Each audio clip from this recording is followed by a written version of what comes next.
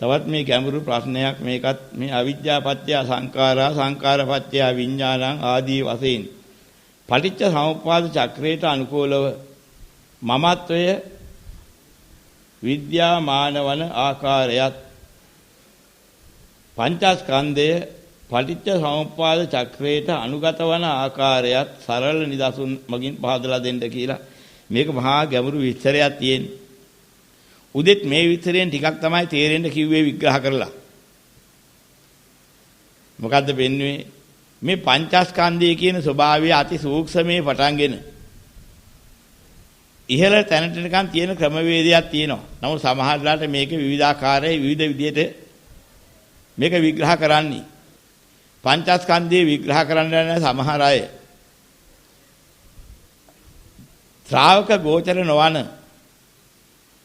අනාවරණ ඥානීය ලෞතර බුදු පියාණන් වහන්සේලාට පමණක් ගෝචර වෙන දේ තුල තියෙන පංචස්කන්ධයක් විග්‍රහ කරනවා. තත්පරයක් කියන මොහොතක් අහිපිය ගහන අසුරුසනක් ගහන මොහොතක් කෝටි ලක්ෂකාර ගානකට බිඳලා කාල මාත්‍රයක් තුල කොච්චර මාත්‍රයක්ද අන්නේ බඳු මාත්‍රයක් තුල සිද්ධ වෙන්නා වූ පටිච්චසමුප්පාද ක්‍රියාවලියක් දකිනවා චිත්ත වීතියක. හැබැයි මේක අනාවරණ ඥානයක් ඇති ලෞතර බුදුරයන් වහන්සේට මිසක් කිසිම ශ්‍රාවකයෙකුට ගෝචර එකක් එහෙම නෙවෙයි. හැබැයි න්‍යාය ධර්මයට ගැලපෙන නිසා බුදු පියාණන් වහන්සේ දේශනා කරපු ධර්මයේ කෙරෙහි විශ්වාසය තබලා බුද්ධ ශ්‍රාවකයෝ ඒ ධර්මයට කරු කරනවා. චතුරාර්ය සත්‍ය දකින්න ඊට මෙහා හරියක් තියෙනවා. ශ්‍රාවක ගෝචර හරියක්. එතෙන් එනකම්මත් විග්‍රහ වෙනවා. ඒ සියල්ලත් පටිච්චසමුප්පන්නයි. සංකතයක් විග්‍රහ කරනකොට බුදු පියාණන් වහන්සේට ගෝචර වෙන්න නැන අනාවරණ ඥානීයටත් ගෝචර වෙන ලෞතර බුදු පියාණන් වහන්සේට පමණයි අනාවරණ ඥානීය පවතින්නේ. අන්නේ අනාවරණ ඥානීයට ගෝචර වෙන මේ සිටිවිලි වල රූප වල ඊටාම කුඩා ඒකක දකින්න. ඒකත් ඒකකයක් නෙමෙයි බව දකින්න. ඊටාම කුඩා වශයෙන් අරගෙන ලෝකයට කියා දෙන්න බුදුරයන් වහන්සේ අරගත්තා. චිත්තක්ෂණ 17ක චිත්ත වීතියක පටන්ගෙන විස්තරයක්. උන්වහන්සේ ලෝකෙට විග්‍රහ කරලා දුන්නා මේ සිත් කියන ඒවා. 89ක් පහළ වෙනවා 89 ආකාරයක සිත් පහළ වෙනවා කියලා. හැබැයි මේක සාමාන්‍ය කිසිම කෙනෙකුට ලෝකේ හිතා ගන්න බැරි දෙයක්. අභිධර්ම නැමැති ඒ බුද්ධහම යම්තාක් ඒ ධර්මයේ එසේ පවත්වාගෙන නිරුපද්‍රිතව පවත්වාගෙන ආවද ඒ අභිධර්මයේ තුල පෙන්වා තිනා සිත් 89යි කිය. ඒක පාඩම් කරන අපිත් කියනවා. හැබැයි අපි දකින්න ඕනේ ඒක අපේ නිගමනයක් කරන්න අපේ ගෝචර එකක් එහෙම නෙවෙයි ඔය කියන්නේ. කවදා හරි ලෞතර බුදුරජාන් වහන්සේ දේශනා කළ ධර්මයක් ප්‍රඥාවෙන් අගතන්පත් වෙලා විස්තර කරන්න හැකියාවක් තිබිච්ච පාරමී නුවණක් තිබිච්ච සරියුත් මහ රහතන් වහන්සේටත් උන්වහන්සේ ඇසුරු කළ වූ පාරමිතා පුරපු උන්වහන්සේ ඇසුරේ හිටපු ශ්‍රාවක පිරිසකුත් එකතු වෙලා අන්නේ ගැඹුරු දහම් ටික වරද්දන්නේ නැතුව කිව්ව විදිහට විද්‍යාමාන කරලා පවත්වාගෙන ආවා. එතන පටන් ගෙනත් යම් යම් ප්‍රඥාවන්ත මට්ටමේ හිටපු ස්වාමීන් වහන්සේලා තමයි අභිධර්මයේ ඒ කිව්ව විදිහට ඉගෙන ඉන්න පවත්වාගෙන ඉන්නේ. අද වෙනකනුත් යම් කිසි ක්‍රමයකින් අභිධර්මයේ කොටස් ටිකක් තියෙනවා පොත් 7කින් 6ක තියෙනවා ඒ ටික. තුන්වෙනි ධර්ම සංගායනාදී ප්‍රශ්න විචාරණය කරලා ප්‍රශ්න විසඳපු ක්‍රමයකට එක්ක එකතු කරලා 7 වෙනි පොතකුත් හදලා තියෙනවා. සප්ත ප්‍රකරණ කියලා මේකට කියනවා. මේකෙන් ප්‍රකරණ 6ක නැත්නම් පොත් 6ක ඔය අභිධර්ම කරුණු පිළිබඳව සටහන් වෙලා තියෙනවා මේ කාලේ. ඒ අනුව තමයි අපි දැනගන්නේ. හරියටම අභිධර්මයේ කියපු කරුණු ඒ අනුව දැනගන්නවා. අපි ළමයෙක්ගෙන් ඇහුවොත් පුතේ දකුණු අතේ ඇඟිලි කීයක් තියෙනවද?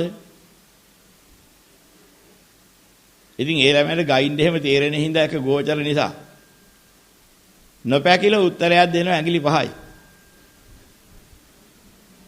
ඒ මොන ඇඟිලිද?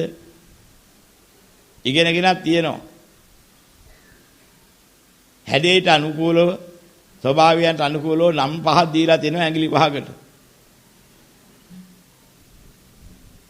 ඉතින් එකක් ලොකුයි. යමක් අල්ලනකොට වැඩිපුර ක්‍රියාත්මක වෙලා වැඩිපුර ඒකට තමයි බලය ඉන්නේ. මහා පට ඇඟිල්ල කියලා ඒකට කියනවා. සටනක් රණ්ඩුවක් ආපුහම එක ඇඟිල්ලක් දික් කරගෙන විදිහට කතා කරනවා. දබරේට යනකොට ගන්න ප්‍රයෝජනට ගන්න ඇඟිල්ල තමයි දබර ඇඟිල්ල. ස්වභාවයෙන්ම ඕන කෙනෙක් කාට හරි බයිනකොට එහෙම ඇඟිල්ලක් දික් කරනවා එක ඇඟිල්ලක් මේ අතෙන්. ගතියට අනුකූලව දික් වෙන එකක් දබරයක් එනකොට. අන්න ඊළඟ තියෙන ඇඟිල්ලට දබර ඇඟිල්ල කිව්වා. ඇඟිලි පහෙන් දෙක දෙපැත්තට කියලා මැදට එකතු වෙච්ච ඇඟිල්ලක් තියෙනවා. ඒකට මැද ඇඟිල්ල කිව්වා. වෛද්‍යවරු වෙදකම් කරන ආදී කටයුතු කරනකොට යම්කිසි ශක්ති විශේෂයක් නිකුත් කරගෙන ඇඟිල්ලක් තියෙනවා. ඒ ඇඟිල්ලකින් ඒ ඇඟිල්ලෙන් තමයි බේත් කලවම් කිරීම ආදීර ප්‍රදාන කරගන්න එක গুপ্ত ක්‍රමයකින් දකින්න දෙයක්.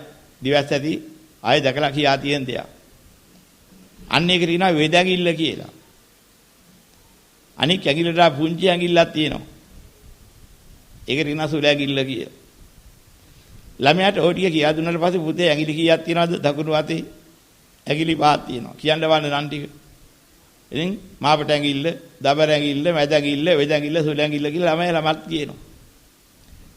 ඕකෙන් වෙද ඇඟිල්ල පෙන්නන්න කිව්වොත් ළමයා ලස්සන පෙන්නනවා. මාපට ඇඟිල්ල පෙන්නන්න කිව්වොත් ඒත් පෙන්නනවා.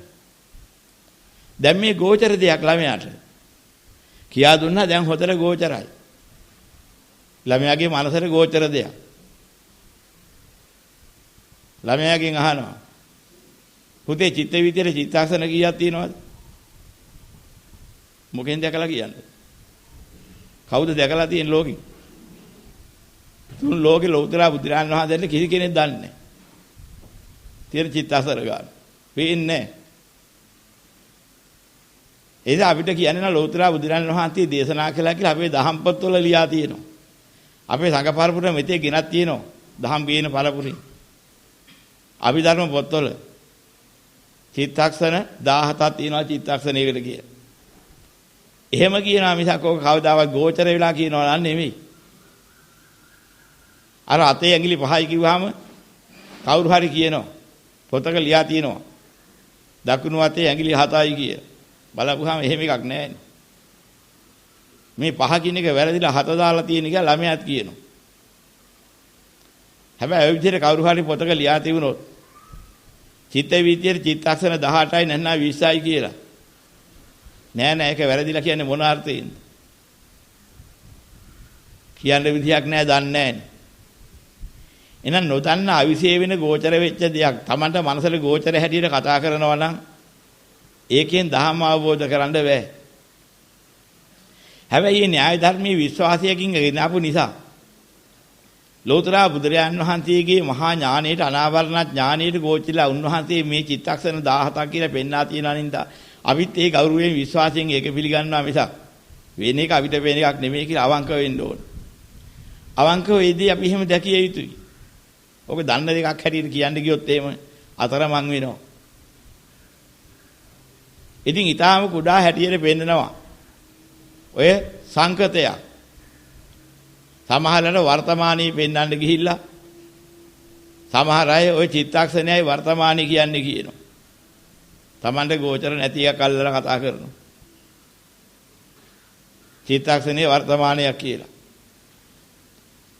වර්තමානය කිය අහුවොත් මේ න්‍යාය ධර්මයේ මහනවා. චිත්තක්ෂණයට කුඩාක්ෂණ කීයක් තියෙනවද? 3ක් තියෙනවා. ඒකත් කොහෙන් තියෙන්නේ? ඒකත් ගත්තේ අපි ධර්මයෙන්. මොකද්ද? උපාද තිති භංග.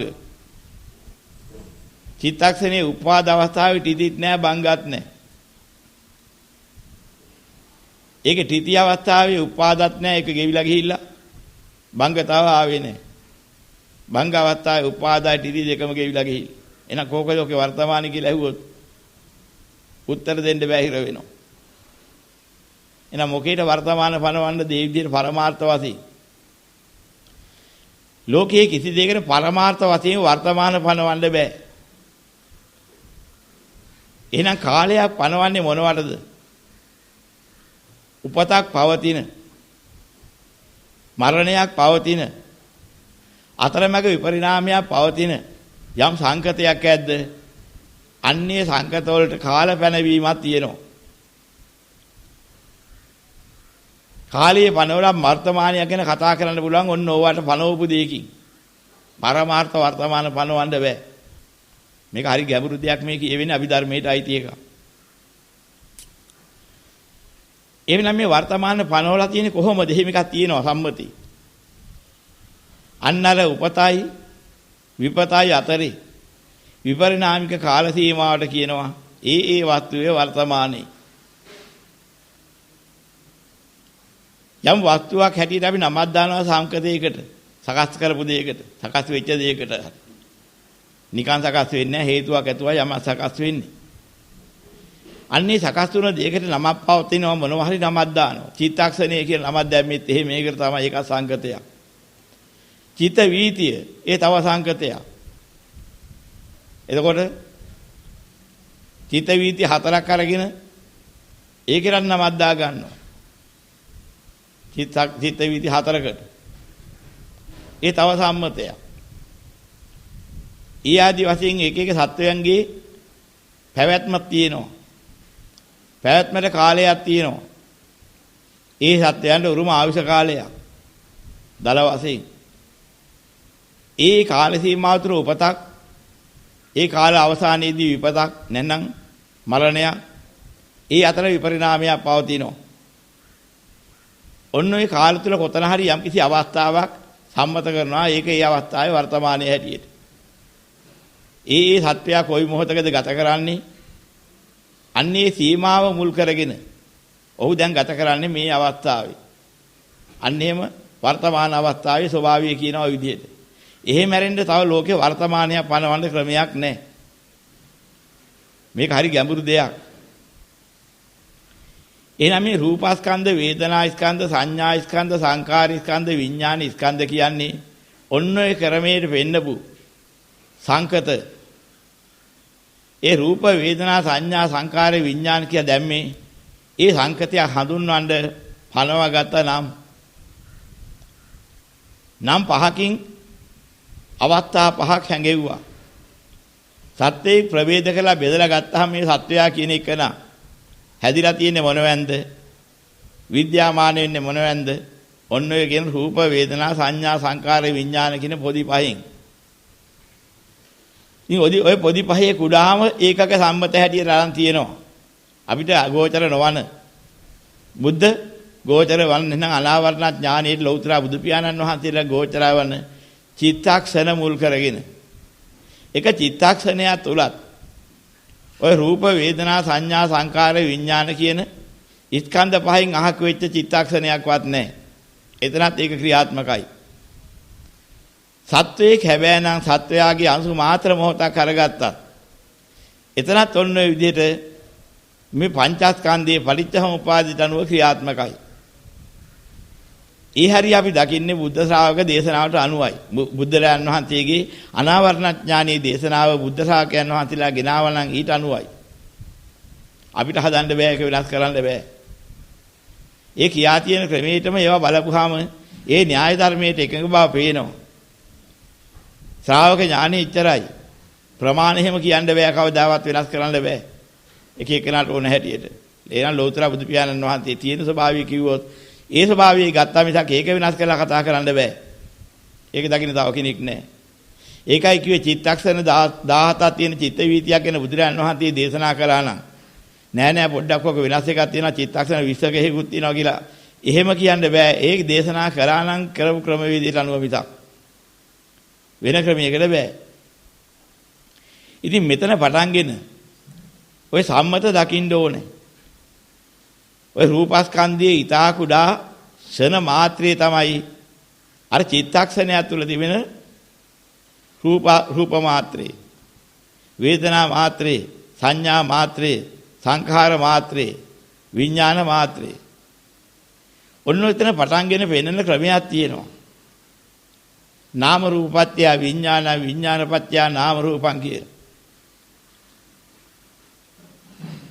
නාම රූපේ විඥාණයෙන් අහක පිහිටන්නේත් නැහැ. නාම රූපයෙන් තොරව විඥානේ තව තැනක පිහිටන්නේත් නැහැ. විඥානේ නාම රූපයටත් නාම රූප විඥානයටත් අන්‍යෝන්‍ය වශයෙන් සම්බන්ධයි කියන එක බුද්ධහමී අභිධර්මයේ විග්‍රහ වෙන තැනක් තියෙනවා. විඥානේ නාම රූපයට සම්බන්ධයි නාම රූප උඩ විඥාන සම්බන්ධයි. රූපේ පිහිටලා වේදනාවේ පිහිටලා සංඥාවේ පිහිටලා සංකාරී පිහිටලා විඥානීය පවතින්නේ. විඥානේ යම් තැනක නැද්ද? ඒ ස්ථානේ වේදනා සංඥා සංකාර කියන මේ තුන පිහිටවන්න බෑ.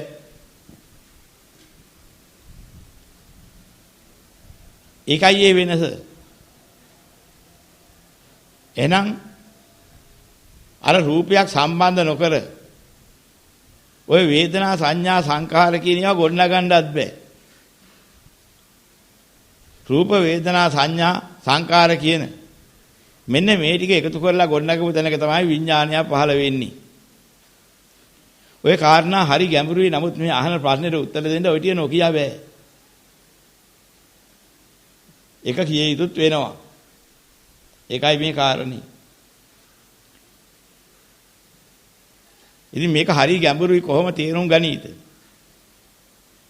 අවිජ්ජා පත්‍ය සංඛාරා සංඛාර පත්‍ය විඥානං ආදී වශයෙන් වෙනම මේ පටිච්චසමුප්පාද චක්‍ර විග්‍රහයක් තියෙනවා. මේක හරියට තෝරා ගන්න නම් ගාක් අමාරුයි.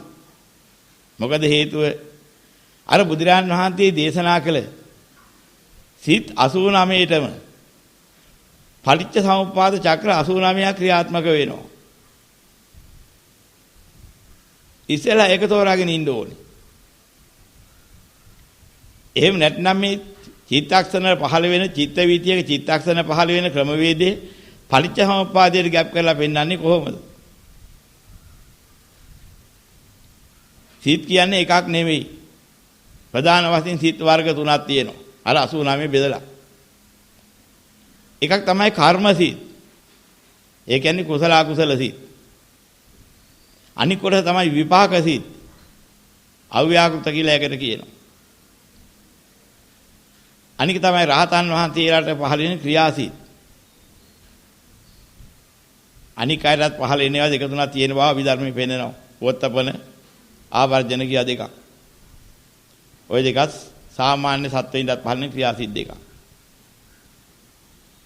ඉතින් ඔය කියන විස්තරයක් හුඟා තේරුම් අරන් ඉන්න ඕනේ. මේ කියන පරිච්ඡසමුපාදයේ මේක ගැප් කරන්නේ. විපාක සිත් වලට පරිච්ඡසමුපාදයේ 12ම කාරණා 12ම යන්නේ නැති ක්‍රමයක් තියෙනවා. අවිජ්ජා පත්‍ය සංඛාරා කියලා විපාක සිත් පහළ වෙන්නේ නැහැ. ඒ කර්ම සිත් පහළ වෙන්නේ.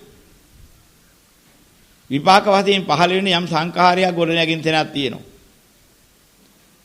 ඒ ගොඩනැගින සංඛාරින් විපාක හිතක් විග්‍රහ කරනවා නම් ඉස්සෙල්ලා පරිච්ඡසමුපාදයේ දාන විපාක හිතක් වෙනව විග්‍රහ කරන්න ඕනේ. මේ විපාක හිත කියන්නේ මොකද්ද? අවිජ්ජා පත්‍ය සංඛාරා සංඛාර පත්‍ය විඥානං කියලා පටන් ගත්තා නම් ඒක විපාක හිතක් නෙමෙයි කර්ම හිතක්. ඒ කියන්නේ එක්ක කුසල එක්ක අකුසල. ওই දෙකට වැටෙනවා. විපාක හිතක් ඒ දෙකට වැටෙන්නේ නැහැ. ඒ දෙකේ ප්‍රතිඵලයක්. කරන ලද කුසල අකුසල කර්ම වල ප්‍රතිඵලයක්. විපාක හිත කියන්නේ. එවනම් ඒ කියන්නේ විපාක හිතක් හට ගන්නකොට ඒකට මුල් වෙන්නේ කර්ම ශක්තිය. කර්ම ශක්තියෙන් අපිට ආයතන 6ක් හදලා දීලා තියෙනවා. ආයතනනම් පටිලාභෝ අයං උච්චති වික්කවේ ಜಾති කියලා. යම් කිසි අධ්‍යායක උපදිනකොට ආයතන ප්‍රතිලාභය දිනනවා. අන්නේ ආයතන ප්‍රතිලාභයේදී චක්ක ආයතනේ, සෝත ආයතනේ, ගාන ආයතනේ, જીවහා ආයතනේ, කාය ආයතනේ, මන ආයතනේ කියලා. ආයතන 6ක් ප්‍රතිලාභ වශයෙන් ලබා දෙනවා. ඒක තමයි සත්‍යය. පටන් ගන්න. උපදිනේ ඕක. මෙන්න මෙතන පටන් ගත්ත තැනපටන් මේ ආයතන හැම වෙලේම ක්‍රියාත්මක වෙන ආයතන නෙවෙයි. ආයතන වැහිලා තියෙන්නේ. ආයතන ක්‍රියාත්මක වෙන්නේ ඒකට අවශ්‍ය අරමුණක් ආපුවාම. එතකන් ඔහි ඉන්නව නිදාගෙනවා. ඒ ආයතන 6 ගැනත් ඉස්සෙල්ලා විස්තරයක් දැනගෙන ඉන්න ඕනේ. මේ හරිය ගැඹුරු දෙයක් මේ ඇහුවේ. මේ ප්‍රශ්නෙට උත්තර දෙන්න ගියාම සෑහෙන විග්‍රහයක් කරන්න වෙනවා. පොඩ්ඩක් හරි නොකිය බැරි හේතුවක් මේ කාලේ තියෙනවා මට දැනගන්න ලැබිච්ච නිසායි මම මේකෙන් පොඩ්ඩක් විග්‍රහයට ගත්තේ. නැත්නම් මේක පැත්තක ඉඳලා අනිත් ප්‍රශ්න ගන්නවා. ඒ නිසායි මේක මේ විග්‍රහ කරන්න ගත්තේ. මොකද එක්තරා අවස්ථාවකදී එක්තරා පින්වන්තයෙක් මගේ දන්නේ නැතිකමට මෙයා වරද්දලා කියනවා කියන හැඟීමක් ඇති කරලා තිබුණා. හරි ක්‍රමයේ මේකයි කියලා යම් ක්‍රමයක් පෙන්නලා තිබුණා. මෙන්න මේ ප්‍රශ්නෙට උත්තර දෙනකොට ඒකලත් එක උත්තරයක් හම්බ වෙනවා. ඒකයි මේ උත්තරේ දෙන්නේ. ඒතර හරිය වැරද්ද තෝරගන්න පුළුවන් පිළිසට එහෙම දවසක අවශ්‍ය වුණොත්. මෙන්න මේ විපාක වශයෙන් හටගන්න ඔය වස්තු රූපේට නැනම් අර දශක 70ක් 10 කොටස් ඇති රූප කොටස් 7ක සම්පීඩනයක් පටිසන්ධියේ ලැබලා හිටන් එන ලෝක සත්වයාට අයිති වෙනවා. ඒ ඉන්නේ කාම ලෝකේ සත්‍යයේ නම් මේ 7ම තියෙනවා. ඔය 4 වස්තු රූප 4 ප්‍රසාද රූප 7කුත් එකතු වෙනවා. එකතු වෙලා තමයි අභ්‍යන්තර ආයතන 7යි බාහිර ආයතන 7යි කියලා. 6යි අභ්‍යන්තර ආයතන 6යි බාහිර ආයතන 6යි. ඔය ටික එකතු වෙන්නේ. කාය දශක, භාව දශක, වස්තු දශක කියන තුනකුයි. 6 නෙවෙයි 7ක් එනවා ඒකත් එක්කලා. කාය දශක, භාව දශක, වස්තු දශක, චක්කු දශක, සෝත දශක, ගාන දශක, જીවහා දශක කියන. ඔන්නේ කාය, භාව, වස්තු කියන මේ තුන එකතු වෙලා චක්කු, සෝත, ගාන, જીවහා කියන මෙන්න මේ ඉන්ද්‍රියන් හතරෙන් ලබන හරියටත් එකතු වෙන වස්තු රූප මුල් කරගත්ත. ඒවා 7ක් හැදෙනවා. අන්නේ 7 හැදුනහම තමයි අභ්‍යන්තර ආයතන 7 කිව්වේ. ඕවට අවශ්‍ය කරන අරමුණු අරගන්න අපේ ඇඟේ මේ පිටතට තුරු දීලා සම්බන්ධලා තිනවා ඇස, කන, නාසය, දිව, කය, මන කියලා. ඉන්ද්‍රිය 6ක සම්බන්ධ තුඩු. ඒ මාධ්‍යයෙන් තමයි අපි බාහිර ලෝකේව දැනගන්නේ. ඒවට කියනවා ප්‍රසාද රූප කියලා. චක්කු ප්‍රසාදී, සෝත ප්‍රසාදී, ගාන ප්‍රසාදී, જીවහා ප්‍රසාදී, කාය ප්‍රසාදී කියන ප්‍රසාද රූප 5ක් සම්බන්ධ වෙනවා. ආධ්‍යාත්මික ආයතන 5ට බාහිර ආයතන 5ක් ඔය විදිහට හැදෙනවා. 6 වෙනි ආධ්‍යාත්මික මන ආයතනයේට ධර්ම ආයතනය කියලා බාහිර එකක් හැදෙනවා. යන්න පෙන්න පැත්ත. මෙන්න මේ ක්‍රමයකට හැදෙන කොටසක කර්ම විපාකයෙන් හැදිලා හිටන් ওই ටික හදුවේ මොකටද? විපාක විඳින සත්වයේ ගොඩනගන්න. මේක හරි ගැඹුරුයි පටිච්චසමුපාදයේ ඒකයි කිව්වේ. ක්ෂණයට වෙන් කරන්න බෑ. උපතක් මරණයක් අතර කාලයක් ආදී සිද්ධ වෙනකොට විශාල ප්‍රදේශයක මේක විහිදුවලා දකින්න ක්‍රමයකුත් තියෙනවා. පටිච්චසමුප්පාද චක්‍ර ක්‍රමයේ ඒකයි. පෙරවාවියේදී කරන ලද්දා වූ වැඩපිළිවෙලක් මුල් කරගෙන අවිජ්ජා සංකාර තණ්හා උපාදාන භව කියලා. ඔව් කර්ම භවයක් හදාගත්තා. ඒකේ ප්‍රතිඵලයක් වශයෙන් විඥාන නාම රූප සලආයතන ස්පර්ශ වේදනා කියලා. උප්පත්ති භවයකින් මේ කය පහල කළා. සජීවී කයක්. ඔය කියන ඉන්ද්‍රිය පද්ධතියත් එක්කලා. මේක විපාකය. අර මුලින් කරපු එකට හේතු වෙච්ච පූර්ව කර්මී. මේ හරි ගැඹුරුයි මේවා එකක් නෑ අපිට ඕන හැටියට කතා කරන්න බෑ. ඒ ධර්මයේ තියෙන හැටියට කතා කරන්න ඕනේ. මෙන්න මේ කර්ම විපාකයෙන් ගෙනත් දුන්න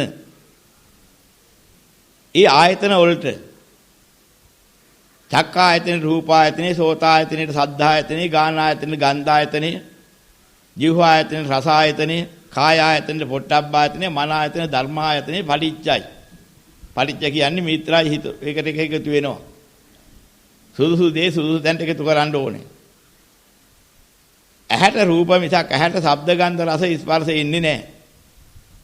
පටිච්ච වෙන්නේ රූප. කන්ට ශබ්ද පටිච්චයි. කන්ට රූප පේන්නෙත් නැහැ. ගන්ධ සුවඳ දැනෙන්නේ නැහැ, රහ දැනෙන්නේ නැහැ. ඒ අරමුණු කන්ට ඉන්නේ නැහැ. නාසයේ ගන්ධ පටිච්චයි.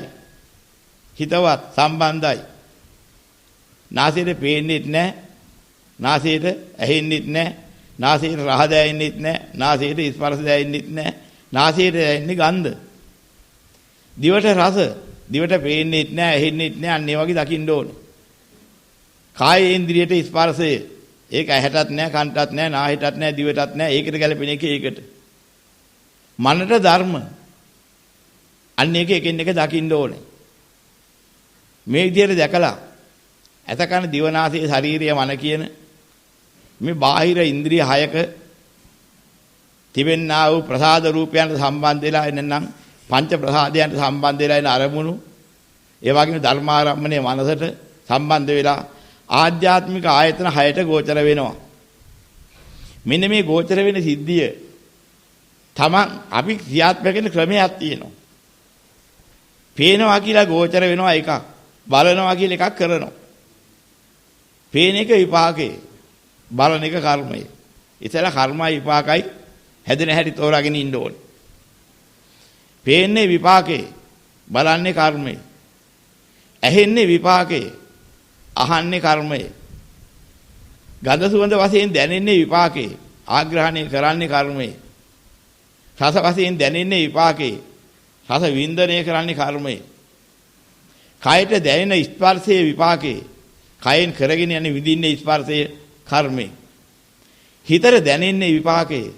හිතෙන් හිතන්නේ කර්මය. කර්මසිත සහ විපාකසිත වෙන් කර ගන්න ඕනේ ඉස්සෙල්ලා. ඔය එකක් නෑරේ තෝරාගෙන නිසා මේ ප්‍රශ්නෙට උත්තරේ ගන්න බෑ. මේක හරි ගැඹුරු ප්‍රශ්නයක්. පොඩියට ඇහුවට මහ විශාල විග්‍රහයක් මේ කරන්න වෙන්නේ. එහෙනම් කර්මසිත සහ විපාකසිත දකින්නත් ඕනේ. ක්‍රියාසිත රහතන් වහන්සේට උන්වහන්සේගේ සිත්වල වෙනස මොකද්ද? අනික් අයගේ සිත්වල තියෙනවා චන්දරාගයෙන් බැඳීමක්. කරන කියන හිතන වැඩවලදී චන්දරාගයෙන් බැඳීමක් ඒ මට්ටමට තියෙනවා. ඒ වගේම යම්කිසි ආකාරයකින් යා සාමුලින් 100%ක්ම දුරු වෙච්ච යම්කිසි කල යුත්තක් නිසා කරන, කිව යුත්තක් නිසා කියන, හිතිය යුත්තක් නිසා හිතන ක්‍රියාසිත කියන එකක් හිතේනවා රහතන් වහන්සේට. අන්න රහතන් වහන්සේගේ ක්‍රියාසිත හටගන්න පටිච්චසමුප්පාද චක්‍රයක් තියෙනවා. ඒ චක්‍රයෙන් ඕනේ රහතන් වහන්සේගේ ක්‍රියාසිතමයි ඉන්නේ. ක්‍රියාසිතේ පටිච්චසමුප්පාද චක්‍රය. ඒවා සසල ගමනට හේතු වෙන්න භවයට හේතු වෙන්නේ නැහැ. උප්පත්ති භවයට හේතු වෙන්නේ නැහැ. උප්පත්ති භවයට හේතු වෙන්නේ නැති භවගාමී කර්ම කියන කොටස ඒක පිළිදනවා. ඉතින් මේක හරි ගැඹුරුයි. නමුත් නොකිය බැරි නිසා මේ විග්‍රහ කරලා කියන්නේ. ටිකක් හිතලා බලන්න මෙයා තේරෙන්න පටන් ගනි. එතන මොකද්ද මේකෙන් සිද්ධ වෙන්නේ ඉස්සෙල්ලාම විග්‍රහ කරනකොට? අන්න අවිජ්ජා පත්‍යා සංඛාරා කියන එක විපාක සිත් වලට ඉන්නේ නැහැ. එනම් පටිච්චසමුප්පාද චක්‍රය විපාක සිත් වල වෙනව තියෙනවා. ඒ විපාක සිත් හැදෙන හැටි තෝරාගෙන ඕනේ පටිච්චසමුප්පාද චක්‍රයේම අයින්. යම් කිසි මොහතක කර්ම වේගය නිසා උපේක්ෂා සහගත වූ චක්කු විඥානයේ පහළ වෙන අවස්ථාවක් තියෙන අරමුණක් ඇවිදින්න. අන්නේ අරමුණ ඇවිදිලා එන්නේ අවිද්‍යාව නිසා පහළ කරන සංඛාරයකින් නෙමෙයි. එහෙම වැඩ පිළිලක් නෙමෙයි ඒක. අපි අර ඉස්සර කිව්ව ඇහැට පේනවා කියන එක. ඇහැ නිරුපද්දිතව ඇහැ තියෙනවා. එහි ස්වභාවය ඇහැට ඉතින් පේනවා. මොනවා කරන්නද? රහත් උනත් බේන්න තුන තියෙනවා. පේන එක වළක්වන්න බෑ. ඒක උත්සාහය කරන එකක් නෙමෙයි නිරුත්සාහයම පේනවා. බලනවා කියන්නේ අපි යම් කිසි උත්සාහයක් යොදනවා. උත්සාහයක එක සම්බන්ධයි. අනේ පේනවා කියන එක නිරුත්සාහිකයි. අනේ නිරුත්සාහිකව පේනවා කියන හිත පහළ වීමට කියනවා උපේක්ෂාසහගත විපාක චක්කු විඥානයේ පහළ වෙන ක්‍රමවේදේ. යම් මොහතකදී රූපාරම්මණයක්, සද්දාරම්මණයක්, ගන්ධාරම්මණයක්, රසාරම්මණයක්, පොට්ටබ්බාරම්මණයක්, ධර්මාරම්මණයක් කියන මේ බාහිර ආයතනයකට කර්ම ශක්තියෙන් ගෙනහල්ලා ඊට සම්බන්ධ කරලා අරමුණු කරලා දීපු ඒ කෝක හරි එකක් මුල් කරගෙන අර ආධ්‍යාත්මික වන්නා වූ අර ඉස්සෙල්ලා පෙන්නපු ආකාරයෙන් චක්කායතන, සෝතායතන, ගානායතන ආදී මේ ඉන්ද්‍රියකට ඒකට ගැළපෙන දේ කර්ම ශක්තියෙන් ගෙනහල්ලා ලං කරලා දුන්නාම අවිද්‍යාව සහගත නෙමෙයි උපේක්ෂා සහගත විපාක විඥානයක් වශයෙන් අර විඥානයේ පහළ වෙනවා. අන්න ඒක අවිද්‍යාව සපත්‍ය සංඛාරා සංඛාරපත්‍ය විඥාන කියලා විදිහට නෙමෙයි පහළ වෙන්නේ. අන්න විපාක විඥානය පහළ වෙනකොට ඒ පහළ වෙන්නේ ඒ යම් කිසි ආයතනේ චක්කායතෙන් අපි දර්ශන රූපයක් නම් පහළ වුණේ. දර්ශන විඥානයක් විපාක වශයෙන් ආවනම් ඒක එනකොට ඊට ඉස්සෙල්ලා හැම හිතක් තියෙන්න ඕනේ නැහැ. හිතක් තියෙන්නේ නැහැ. තව හිතකින් ගොඩ නැගුණා නෙමෙයි. ඒ උපේක්ෂා සාගත චක්කු විඥානය කියන එක. ඒක ගොඩ නැගින්නේ මොකකින්ද? කර්ම වේගයෙන් අර ආයතනයන්ට අවශ්‍ය කරන්නා වූ දී ඝට්ටණය කරලා දීලා. අන්න ඒක තමයි කිව්වේ ඇහැ නැමැති බාහිර ආයතනේ ප්‍රසාද රූපේ කියලා කොටසක් තියෙනවා. ඔන්න ඕකට බාහිර ලෝකයේ වස්තුවක ඡායාව වැටෙනවා. ওই ඡායාව වැටෙනකොට ඒක ඇදලා ගන්න කර්ම ශක්තියෙන් සකස් කරලා තියෙනවා.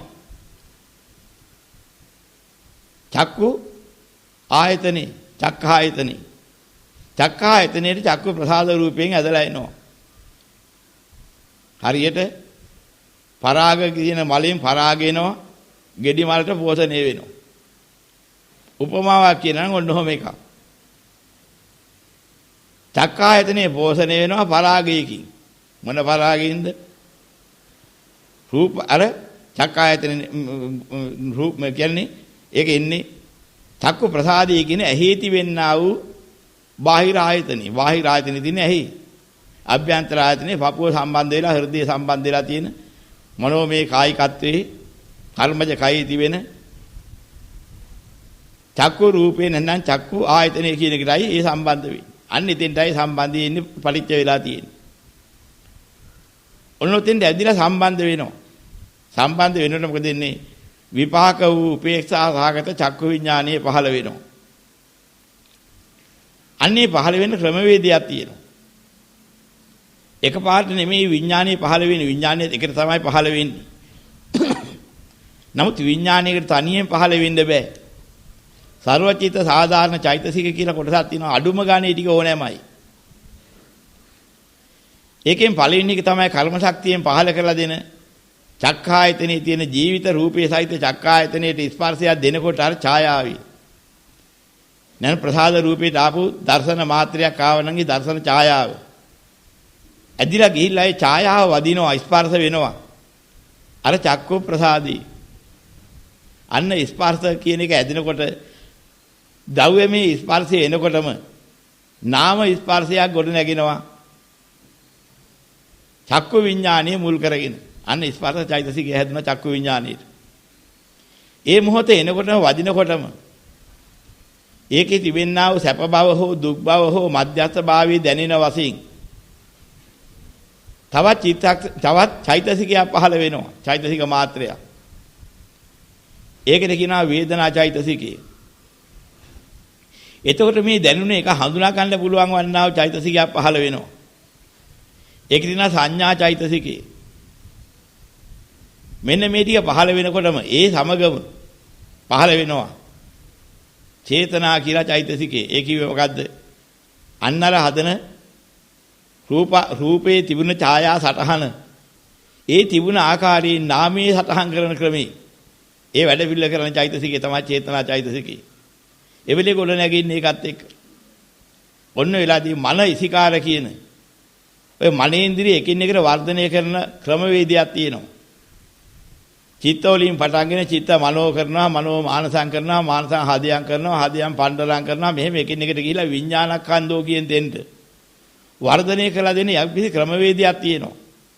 අන්න ඒක කරන චෛතසිකේ තමයි මානසිකාර චෛතසිකේ.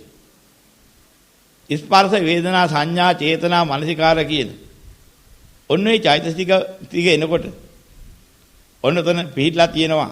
රූපස්කන්ධයේ මුල් කරගෙන හටගත්ත වේදනා සංඥා සංකාර කියන මෙන්න මේ චෛතසික නාම හටගත්තා. ඔන්නේ නාම රූප ප්‍රත්‍ය කරගෙන පහළ වෙනා විඥානයක්. අන්න චක්කු විඥානයේ පහළ වෙච්ච චිත්ත කියන අවස්ථාව පහළ වුණා. චක්කු විඥානයේ පහළ වෙන එක තමයි මේරුවේ නැහැ. ඒකේ චිත්ත අවස්ථාව. ඒක පහළ කළේ මොකෙන්ද? මන ඉසිකාර කරන චෛතසිකේ. ඔන්න නාම රූපත්‍ය විඥානං කියන එක පහළ වුණා. දැන් ওই විඥාන කියන එක වර්ධනය වෙනවා. අර නාම රූපෙට තවත් එකතු වෙන්නේ හුඟක් තියෙනවා. ওই විපාක සිත විතරයි අපි ඉස්සෙල්ලා ගැන මේ කතා කළේ. විපාක සිත පහළ වෙනකොට ඔන්නේ විඥානයත් එක්කලා පහළ වෙන තෙන්දී ওই විපාක සිත එනවා. විපාක සිත පහළ වෙන තෙන්ට එනකොට පටිච්චසමුප්පාද චක්‍රයක් උතන ක්‍රියාත්මක කරලා තියෙනවා. මොකද්ද? අපි අර ඉස්සෙල්ලා කිව්වා අවිජ්ජා පත්‍ය සංඛාරා කියලා එතන පටන් ගත්තේ නෑ කියලා කිව්වා. විපාක හිතට. අන්න එතන මොකද පටන් ගන්නෙ? අර විපාක ප්‍රත්‍යයෙන් සංඛාර පත්‍ය විඥානං කියන තැනින් පටන් ගන්නෙ. අවිජ්ජා පත්‍ය කැලේ දෙන්න නෑ. ඔන්න විපාක හිතේ පටිච්චසමුප්පාදිය පටන් ගන්න ක්‍රමී. ඔය සංඛාර පත්‍ය විඥානං කියන එක පහළ වෙනකොට විඥාන පත්‍ය නාම රූපං නාම රූපත් කියන එකත් උතන පහළ වුණා. ඒ නාම රූප පහළ වෙනකොටම චක්කායතනේ නිදාහිත වේකන හැරනවා ආගේ හිතක් සමග විද්‍යාමාන වෙච්ච චක්කායතනේ පහළ වුණා. දැන් චක්කායතනේ හිතක් හදන්නේ මොකෙන්ද? චක්කු රූපය කියලා කර්ම ශක්තියෙන් රූපයක් හැදෙනවා. ඔය රූපය ඇසුරු කරගෙන විසක් හිතක් පහළ කරන්න බෑ රූපයෙන් තොරව. එහෙනම් ඒ ආයතනයත් උතන තියෙනවා. එහෙනම් නාම රූපච්ඡ සලආයතන කියන එකත් උතන සිද්ධ වෙලා ඉවරයි. ස්පර්ශ චෛතසිකයේ ආව සලආයතන පත්‍ය පස්සෝ කියන එක සිද්ධ වෙලා ඉවරයි. වේදනා චෛතසිකයත් වේ විඥානයේ පහළ වෙලා පස්සපත්‍ය වේදනා කියන එකත් ආවා. ඔන්න එතෙන්ට ආවට පස්සේ මොකද වෙන්නේ? විපාක භුක්තියට අවශ්‍ය ටික හැදිලා තියෙනවා. මෙන්න මෙතෙන්ට ඇවිදිලා පස්සපත්‍ය වේදනා කියන පරිච්ඡේදෝපාදිය උතෙන්ට එනකොට අවශ්‍ය කරන පරිච්ඡේදෝපාද ක්‍රියාවලිය විපාක හිතේ හරි ඇවිදිලා ඊට පස්සේ මොකද වෙන්නේ? වේදනා පත්‍ය අදිමොක්කෝ ඒක මුදුන්පත් වුණා. මොකද බලාපොරොත්තුනේ බැලීමේ බලාපොරොත්තු පෙනීම මුල් කරගෙන හටගත්ත හිත ඉස්සෙල්ලා පහළ වුණා. ඒක මුදුන්පත් වෙලා හිටන් අදිමොක්ක පත්‍ය බව පේන බවටපත් වුණා. භවපත්‍ය ජාති ඇස් පේන එකක්. ඇස් පේන ජාතිකයක් පහළ වෙලා. දැන් හැට පේනවා. යම් පෙනී මාත්‍රයක් ගන්න මොහොත පහළ නාම ජාති පහළ වුණා. එයින් ඒ හිත ඉවරයි. අන්න විපාක හිතේ පරිත්‍යාගපාදී ජාතිපත්‍ය ජරා මරණ ඉවරයි. එන ඉතින් මොනවාද විපාක පරිත්‍යාගපාදී නැත්te අවිජ්ජාපත්‍ය සංඛාරා උනේ නැහැ. වේදනාපත්‍ය තණ්හා තණ්හාපත්‍ය උපාදාන ඒ දෙක උනේත් නැහැ. ඔන්න ඔය ටික අත්හැරිච්ච ඊතුරු පරිත්‍යාගපාද ක්‍රියාවලිය විපාක පරිත්‍යාගපාදී. දැන් මේ පරිත්‍යාගපාදී වේදනා කියලා තියෙන එනකොට චිත්තක්ෂණේ චිත්තක්ෂණ 17 යන කොටසේ විපාකිතට ඒ චිත්තක්ෂණ 17 තියෙනවා. අතීත භවංග භවංග චලන භවංග උපච්ඡේද පංචද්වාරා වජ්ජන චක්කු විඥාන සම්පලිච්ඡන සාන්තිර්ණ කියන මෙන්න මෙතෙන්ට ඇවිදලා ඉවරයි. ඔය කියන වොත්තපන කියන දෙන්නකම් ක්‍රියාත්මක වෙනවා. අර කියන විපාක සිතෙන් අර චිත්තක්ෂණ වේලී පහළ වෙලා ජවන පහළ වෙන්නේ නැහැ විපාක හිතට. ජවන පහළ වෙන්න අවශ්‍ය වෙන කර්ම හිත පහළ වෙන්න ඕනේ. ඒ විපාක හිත පහළ වෙන්නේ වේදනා කියන තැන නිකන් එනවා. වේදනා භුක්තිය. ඒ වේදනා භුක්තිය අරගෙන ඒ හිතේ ඉන්නවතිනවා. භවංගයටපත් වෙලා කිලවර වෙනවා. ඒවා තමයි වීති භවංගේ. හරි ගැඹුරු දෙයක් මේ අහන්නේ මේක විග්‍රහ කරන්න ගියාම නොකියත් බෑ. තේරෙනවද දැන්? නමුත් මේ ගැඹුරු ප්‍රශ්නයක් ආපුවාම ඔය වගේ ප්‍රශ්න ගොඩාක් කියන්න වෙනවා. ඒතර යන්නේ ක්‍රමයේ යන්නේ එහෙම එකක්. පටිච්චසමුප්පාදයට දාලා බලනවා වාගේම චිත්තක්ෂණ 17 යනුව ගමන් කරන හැටිත් විග්‍රහ වෙනකොට සිද්ධ වෙන ඔය ක්‍රමී. අවිජ්ජා පත්‍ය සංඛාරා සංඛාර පත්‍ය විඥානං කියලානේ කර්ම හිත වලට. අකුසල් සිත් 12න් ලෝභ සිත් 8ක් තියෙනවා. ඒ ලෝභ සිත් 8න් පළවෙනි මහා ලෝභසිත මහා කුසල්සිත පහළ වෙනවා නම් අන්නේ වෙලාවට පහළ වෙන අවිජ්ජාපත්‍ය සංඛාරා කියලා පහළ වෙන අවස්ථාවක් තියෙනවා. ඊට ඉතලා ලෝභහිත මාත්‍රයක්වත් තිබුණේ නැහැ. අරමුණක් එන්න ඕන එකට. ලෝභහිතට හේතු වෙන අරමුණු මාත්‍රයක් අර චක්කුද්්වාරයේට අර චක්කායතනෙට රූපායතනෙන් සම්බන්ධ කරපු ඡායා මාත්‍රයක් ගෙනත් දෙනවා. ඒ ගෙනත් දෙන්නේ මොකටද? පේන හිතින් පෙන්නපු දේ බලන්න හිතනවා. අන්න බලන්න හිතනකොට තමයි කර්ම හිත පහළ වෙන්න හේතු වෙන්නේ. ඇයි බලන්න හිතුවේ? ලෝභ හිත පහළ වෙන ඒකකයක් මුල් කරගෙන නම් බලන්න හිතුවේ. අවිජ්ජාපත්‍ය සංඛාරා කියලා පහළ වෙනවා. ඒ පහළ වෙන්නේ කොහොමද? ඒක පහළ වෙන ක්‍රමයක් තියෙනවා. යස්මින් සමයේ සෝමනස්ස සහගතං දිට්ඨි සම්පවිත චිත්තං uppannං හෝති. ඔය හරි ගැඹුරු හරියක්. යම් සමයක සෝමනස්ස සහගත දිට්ඨි සම්පවිත චිත්තේ පහළවන්නේද?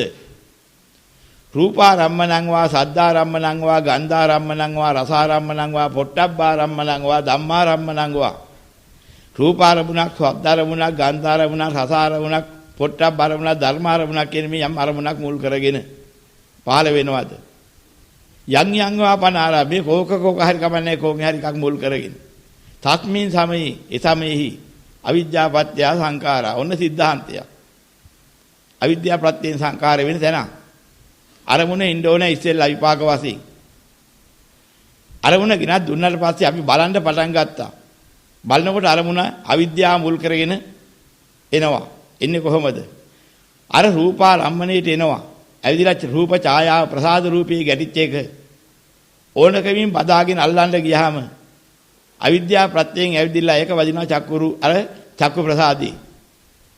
චක්කු ප්‍රසාදී වැදිලා එන චක්කු ප්‍රසාදයෙන් එනවා ඇදිලා අර චක්කු ප්‍රසාදයෙන් ඇවිදලා චක්කුද්්වාරයට එනවා. චක්කුද්්වාරයට ඇදුනහම ඇවිදලා ස්පර්ශ වෙනකොට අන්න විපාක සිත වශයෙන් ආපු හිතේ ස්පර්ශය ආරම්භ වෙන්න පටන් ගන්නවා. ඉස්සෙල්ලා විපාක වශයෙන් ගත් එක ආස්වාද ජනක නම් තමයි. ඒක ලෝභකමින් අත්විඳින්න. ඒක මං යලි යලි බලන්න ඕනේ හරි හැඩයිනි කියන හැඟීමක් මතු කරගෙන. ඒ රූපේ බලන්න පටන් ගත්තේ. බලන අදහසින් බලනකොට ওই විදිහට ඇවිදලා හිටන් ස්පර්ශ වුණාම ස්පර්ශ චෛතසිකය හට ගන්නවා. දැන් මොන හිතේද හටගන්නේ? ලෝභ අදහසින් බැලුවා. ආස්වාද විඳින ලෝභ රාග අදහසින් බැලුවා නම් ලෝභ හිත පහළ වෙනවා. පහළ වෙනකොටම පහළ වෙන හැටි ඉස්සෙල්ලා හිතක් තිබුණේ නැහැ. බලනකොටම මොකද වුනේ? අන්නේ අදහස ඇදිලා ස්පර්ශ වුණා අරමුණ රාග අරමුණ. ඡායාව ඇදිලා ඇතුළුණා අර වස්තු රූපේට සම්බන්ධනේ කොහෙන්ද? අසත් එක්ක සම්බන්ධ වෙලා තිබිච්ච චක්කු ප්‍රසාදයේ මුල් කරගෙන. එතෙන් එනකොටම ස්පර්ශයක් ආවා. ඒ සමගම ඒකේ දැනෙන වේදනා ස්පර්ශය එතන මතු වුණා. චෛතසික මතු වෙන හැටි. ඉස්සෙල්ලා තිබුණ නැහැ හිතක්. අර රූපයේ මතු කරගෙනමයි පහළ වෙන්නේ. චක්කු රූපයේ වැදිනකොටම චක්කු රූපයෙන් ප්‍රසාද රූපයෙන් ඒක දෙන්නේ මනෝ රූපයට. විඥාන හට ගන්නවන්න. ඒක දුන්නාම තමයි ඔය ක්‍රියාවලිය සිද්ධ වෙන්නේ මනෝද්වාරයේ තුලමයි. පංචද්වාරයෙන් ගත් එක මනෝද්වාරයට දෙනවා. අර වස්තු රූපයේ අරගෙන දුන්නාම ඒ මොහොතේ ස්පර්ශ වෙනකොට පහළ වෙන්න ක්‍රමයක් තියෙනවා. එහෙනම් මනෝ ධාතුව පහළ වෙන්න ඕනේ. මනෝ විඥාන ධාතුව පහළ වෙන්න ඕනේ. ඒ ධාතුව පහළ කරන්න හේතු වෙන්නා වූ රූපයක් තියෙන්න ඕනේ. මෙන්න මේ රූපයට කියනවා වස්තු රූපේ. මේක කර්ම ශක්තියෙන් අපිට ආයතනනම් පටිලාභෝ කියන උප්පත්ති මොහොතේදී අපිට පහළ කරපු එක ආයතන ප්‍රතිලාභේ. අන්න ඒකෙදි මන ආයතනේ එනකොට මන ආයතනෙට ඒක සම්බන්ධයි. ඒක කර්ම ශක්තියෙන් තමයි පෝෂණය කරගෙන පවත්වාගෙන ආවේ. ඔන්නේ රූපේ තමයි අරකින මනෝවිඤ්ඤාණය පහල කරන්න හේතු වෙච්ච ආධාරකේ. යං රූපං නිස්සාය මනෝ ධාතුච වත්තන්ති තං රූපං තං සම්පයිතකානංච ධම්මානං පුරේ ජාතපත්තේන පච්චය අපට්ඨානිට බහින්නව තෝරන්න. යම් රූපයක් නිස්සරේ කරගෙන මනෝ විඥානය පහළ වෙනවා නම් මනෝ ධාතුවක් මනෝ විඥාන ධාතුවක් පහළ වෙනවා නම් ඒ පහළ වීමට ඒ මනෝ ධාතුවත් මනෝ විඥාන ධාතුවත් සමග සම්බන්ධ වෙන්නා වූ සියලු චෛතසික ධර්ම ආදිය පහළ වෙන්නත් ඊට ඉස්සෙල්ලා රූපයක් තියෙනවා කර්මයක් තියෙන පහළ වෙලා ඒක පුරේ ජාතයි මුලින් පහළ වෙලා තියෙනවා. එහෙනම් මුලින් පහළ වෙලා තිබිච්ච කර්ම ශක්තිය හටගත වස්තු රූපයේ තිබිලා ඒ වස්තු රූපයේ ඇසුරේ තමයි වදින්නේ ජීවිත රූපයක් තියෙන ඒකේ අන්නේ ජීවිත රූපයත් එක්ක තියෙන වස්තු රූපයට වදිනවා හරි ස්පර්ශය. එතන පටන්ගෙන තමයි චෛතසික ආරම්භ වෙන්නේ. ස්පර්ශ වේදනා සංඥා චේතනා. අන්නිතින්දේ දෙනවා චේතනාවෙන් දැනගන්නවා. මේ බඳු වන්නා රූප හතහනක් දැනුණා. ඒක දැනෙන්නේ ඒකයි. අන්න චේතනාවෙන් කරන එක. චිත්ත කියලා පහළ වෙලා ඉස්සෙල්ලාම දැනෙන සත්‍ය පහළ කරනවා. ඒ චිත්ත වීතියේ මුල මෙන්න මෙතෙන් දෙනකන් ඉනෝට තේරෙනවා ස්පර්ශ වේදනා සංඥා චේතනා මානසිකාර කියලා චිත්ත පහළ කළා. දැන් මෙතන තිබෙන්නේ මොකද්ද? නාම රූපත්‍ය විඥානං සිද්ධ වුණා. ඉස්සෙල්ලා තිබිච්ච විඥානයක් නෙමෙයි මේ. විඥානිය ගොඩ නැගිච්ච හැටි. මෙන්න මෙහෙම ගොඩ නැගෙන මූල ක්‍රමවේදයක් තියෙනවා. ඊට පස්සේ මොකද වෙන්නේ? අන්නේ පහළ වෙච්ච විඥානීය මුල් කරගෙන ඒක පිළිගන්නා ප්‍රවෘත්ති විපාක වශයෙන් සම්පලිච්ඡන සම්තිරණ සිද්ධ එකක් එනවා. ඔතෙන්ට එනකොට පස්සපත්‍ය වේදනා කියන දෙන පරිත්‍ථසමුපාදියකුත් වැඩෙනවා. වේදනා කියන අවස්ථාව ලබා දෙනවා. ඊට පස්සේ මොකද කරන්නේ? වොත්තපනේ ක්‍රියාසිතක් කියලා තව එකක් එනවා. ඒ ක්‍රියාසිතේදී අර සකස් වෙච්ච පරිත්‍ථසමුපාදිය සමග මුලදී චිත්තය සමග සකස් වෙච්ච චෛතසික ධර්ම තවත් එකතු වෙනවා. එකතු වෙලා ඒ චිත්තත් සමග උපදුනේ. අර ඉස්සලා කිව්ව මූලික හරිය. ওই ටිකත් එක්ක එකතු වෙච්ච ලෝභ හෝ ද්වේෂ හෝ චෛතසිකයක් මුල් කරගෙන නැන ලෝභ චෛතසිකය නම් අපි ඉස්සෙල්ලා ගත්තේ. ලෝභ මේ කියන චෛතසිකයත් එකතු වෙලා ඒකෙන් තීරණයක් කරගන්නවා මම මේ ආස්වාද භුක්තිය කොහොම ලබන්න ඕනද කොහොමද ක්‍රියාත්මක වෙන්න ඕනේ කිය. අන්න එතෙන්ට ඇවිදලා එනකොට පරිච්ඡසමුපාදේ වේදනාපත්‍ය තණ්හා කියන දෙන්නට ආවා. පළවෙනි ජවන්සිත පහළ වෙනකොට. දෙවෙනි ජවන්සිතේදී ඒකේ ආශයෙන් ප්‍රත්‍ය ලැබලා තණ්හාපත්‍ය උපාදාන කියන දෙන්නට ආවා. ඊතර පටන්ගෙන උපාදානීය බලවත් වෙලා චිත්ත වීතියේ ජවන අවසාන වෙනකොට උපාදානපත්‍ය භව කියලා භවාංගයට පහළ වුණා. පහළලා මොකද කරන්නේ? කර්ම භවයේ ගිහිලා ওই ටික පිහිටියා. අන්න කර්ම භවයක් හදාගත්ත ලෝභ හිත පහළ කරලා කර්ම භවයට පත්වෙච්ච ක්‍රම වේදයක්. හරි ගැඹුරු දෙයක්. එනිසා මේ චිත්ත වීතියක් පහළ වුණාම ඒ චිත්ත වීතිය ක්‍රියාත්මක වෙලා පරිච්ඡසමුපාද චක්‍රයකටත් කොටු වෙලා ওই විදිහට ගිහිල්ලා චිත්ත වීතිය අවසාන වෙනකොට ඕක සම්මත කරලා තියෙනවා ක්ෂණ වර්තමානීය කියලා. ඔය කියන ක්ෂණ වර්තමානීය හටගත්තාම ඕකෙන් යම් කිසි දෙයක් කරන්න කියන්න හිතන්න පුළුවන් ඉන්න තව චිත්ත වීති හතරක් යන්න ඕනේ. මනෝද්වාරී ගොඩ නැගිලා. ඒ හතරකුත් ඔය ක්‍රමයට යන ක්‍රමවේදයක් තියෙනවා. ඒ හතරකින් හතරවෙනි චිත්ත වීතිය සම්පූර්ණ වෙනවා. ඒතර කියන අධධාන වර්තමානී. තවත් වර්තමානය. ඒ කියන්නේ චිත්ත වීතිය හතරකින් ගත්ත එක මොකද්ද? අරමුණක් කරගත්තා.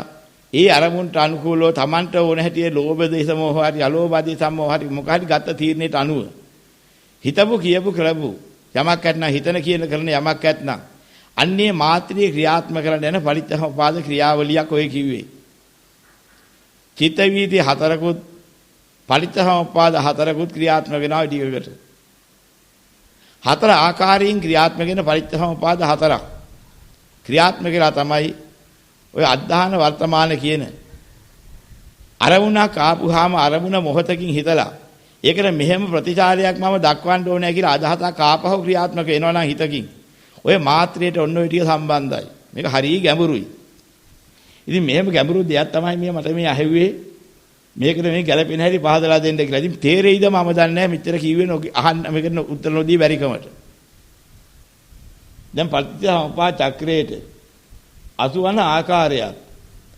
ඉතින් පෙන්ලා දෙන්න මේ සරල නිදසුන් වගේ පෙන්නන්න කිව්වා මේ පංචස්කන්ධයේ පටිච්චසමුප්පාද චක්‍රයට 80 ආකාරය. මේක සෙල්ලම් ප්‍රශ්නයක් නෙමෙයි. දැන් තේරුණා නම් තේරෙන්න ඕනේ. තව ඔක විග්‍රහ කරන්න යද්ද මුළු දවසම කියන්න වෙනවා. ඔන්න ඔය ඉතින් තමයි පංචස්කන්ධයේ පටිච්චසමුප්පාද චක්‍රයට 80 ඊතාසියුම් ආකාර ආරම්භයෝ කිව්වේ. දැන් උතර පටන්ගෙන මේ පටිච්චසමුප්පාදයේ කියන එක සෑම සංකතයක්ම පටිච්චසමුප්පන්නව පෙන්වන්න පුළුවන්. ක්‍රියාත්මක වෙන හැටි. සංකත විවිධාකාරයි. අපිට මේ ක්ෂණය කියන එක මේ මාත්‍රේ සර්වඥ ගෝචර ධර්මයක් මිසක් ශ්‍රාවකයෙකුට කවදාවත් මේ මාත්‍රයක් මතුවලා හිටම වැටහා ගන්න කාලයක්වත් නැහැ. එක මාත්‍රයක් කවදාවත් වැටෙන්නේ නැහැ. අපෙන් ඇහුවොත් යම් කෙනෙක් රූපයක් බලලා මේ අහවල් කෙනයි කියලා අඳුරා ගන්න ඔබට කොච්චර වෙලාවක් යනකොට කරන්න පුළුවන්? ඔන්නයි පුංචි පරීක්ෂණයක් කරලා පෙන්නනවා. යම් කිසි පිරිසක් ඉදිරියේ තබලා කාඩ්බෝඩ් එකකින් හරි ලෑල්ලකින් හරි වහනවා ඉස්සරහා. දැන් ඉස්සරහත් ඉන්න අය Tamanට පේන්නේ නැහැ. හැබැයි පුංචි හිලක් හදනවා බලා ගන්න. ඒ හිලෙන් බැලුවොත් පේනවා. දැන් මොකද කරන්නේ? යම් කිසි පියනකින් අර හිල වහගෙන ඉන්නවා. දැන් ඔහුට කියනවා මම මෙන්න මේ හිල දැන් ඇරලා වහනවා. ඔබට පේනිච්ච කෙනෙක් ඉන්නවා නම් කියන්න. එන් කවුරු හරි අඳුරන කීප දෙනෙක් තියෙනවා ඉස්සරහෙන් අර හිලෙන් බැලුවාම පේන්නේ. අර හිල වහගෙන ඉන්න එකනා මොකද එක පාට හිල ඇරලා ආයි වහ ගන්නවා. කොච්චර තිබ්බද? තත්පරයකින් වැහුවා. මොනවද දැක්කේ? අනේ මට සුදු පාට ඇඳුම් ටිකක් දැක්කා පාට ඇඳුම් වගේ මොනවද දැක්කා මිසක් හොයන්න බැරුව ගියා කවුද කියලා. එහෙම උත්තරයක් දෙන්න පුළුවන්. එහෙනම් දැන් බලන්නකෝ තත්පර දෙකක් දීලා බලනවා. තත්පර තුනක් දීලා බලනවා. ඔන්නෝ බලනකොට අහවල් පුද්ගලයා මම දැක්කා කියලා හඳුනා ගන්න. යන වෙලාව කොච්චරද කියලා බැලුවොත් තමන්ගේ මනසට ওই ටික ගෝචර කරගන්න. තත්පර 3-4ක්වත් යනවා. තත්පර 4ක් යා කියන්නේ තමන්ගේ මනසට යම් රූපයක් හඳුනා ගන්න චිත්ත වීති කෝටි ගණක් යන්න ඕනේ. පුළුවන් ද චිත්තක්ෂණයක් හඳුනන්න මිනිහෙකුට? මේ තරම් චිත්ත වීති ගණනක් ගිහින් සම්පීඩනයක් වෙච්ච දෙයක යම් කිසි දර්ශන මාත්‍ර එකතු වෙලා සම්පීඩනයකින් තමයි රූපය හඳුනාගත්තේ. ඒ රූපේ කාගේද කියලා දකින්න යම් කිසි දැනෙන ස්වභාවයක් ප්‍රියමනාප රූපයක් නම් සුඛ වේදනාවක් වශයෙන් අප්‍රියමනාපයක් නම් දුක් වේදනාවක් වශයෙන් සාමාන්‍ය දෙයක් නම් රූපයක් නම් මධ්‍යස්ථ වශයෙන් ඒ වේදනා මාත්‍රය තමයි දැනෙන්නත් ඔන්න ඔච්චර පුංචි කාලෙකින් මිසක් නැත්නම් චිත්ත වීති කෝටි ගණනක් ප්‍රකෝටි ගණනක් ගිය සම්පීඩනයකින් ගත්ත වේදනා මාත්‍රයෙන් හඳුනා ගන්න ඕනේ. සංඥා ඒ වගේම සැප දුක් විපක්ෂා ගන්න. ඒක හඳුනා ගන්නත් ඔයයි කාලයක් යනවා. සංඥා මාත්‍ර කෝටි ප්‍රකෝටි ගණනක එකතුවක සම්පීඩනයක් ඕනේ. එතකොට ඒක සකස් කරගෙන මේ මෙබඳු කෙනායි කියලා හැඩරුවෙන් හොයාගන්න. ආකාරයෙන් හොයාගන්න. අර චිත්තක්ෂණ කෝටි ප්‍රකෝටි ගණනක සම්බන්ධයෙන් ආපු චෛතසිකයන්ගේ සම්බන්ධයක් ඕනේ සම්පීඩනයක් ඕනේ. එන යන්තම් හඳුනා ගන්න.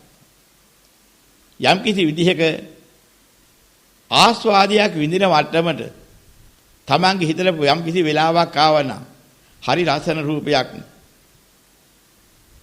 අන්න එහෙම එකක් ආවනම් ඒ ආස්වාදයේ විඳ ගන්න කොච්චර වෙලාව බලන්න ඕනද කියලා බලන්න ඕන.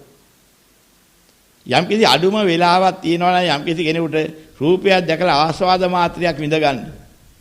Tamanට තේරෙන්න යන වෙලාව බැලුවොත් එහෙම තත්පර 10ක් නම් තත්පර 10ට කොච්චර කෝටි ගාණක් ගිහිලානේ චිත්තක්ෂණ චිත්ත වීති ප්‍රකෝටි ගාණක් විතර ගියාම තමයි කෙනෙකුට ඒවැ තිබෙනා වූ ක්ෂණ සම්පීඩනය එකතු වෙලා මෙන්න මේක රූපයක් රූපස්කන්ධයකින් දකිනවා. මෙන්න මේක වේදනාවක් වේදනා ස්කන්ධයකින් දකිනවා. මෙන්න මෙහෙම සංඥාවකින් මෙබඳු කෙනෙක් කියලා දැනගන්නවා. රූප එතන සංඥා ස්කන්ධයකින් දැනගන්න පුළුවන්. හඳුනා ගන්නවා.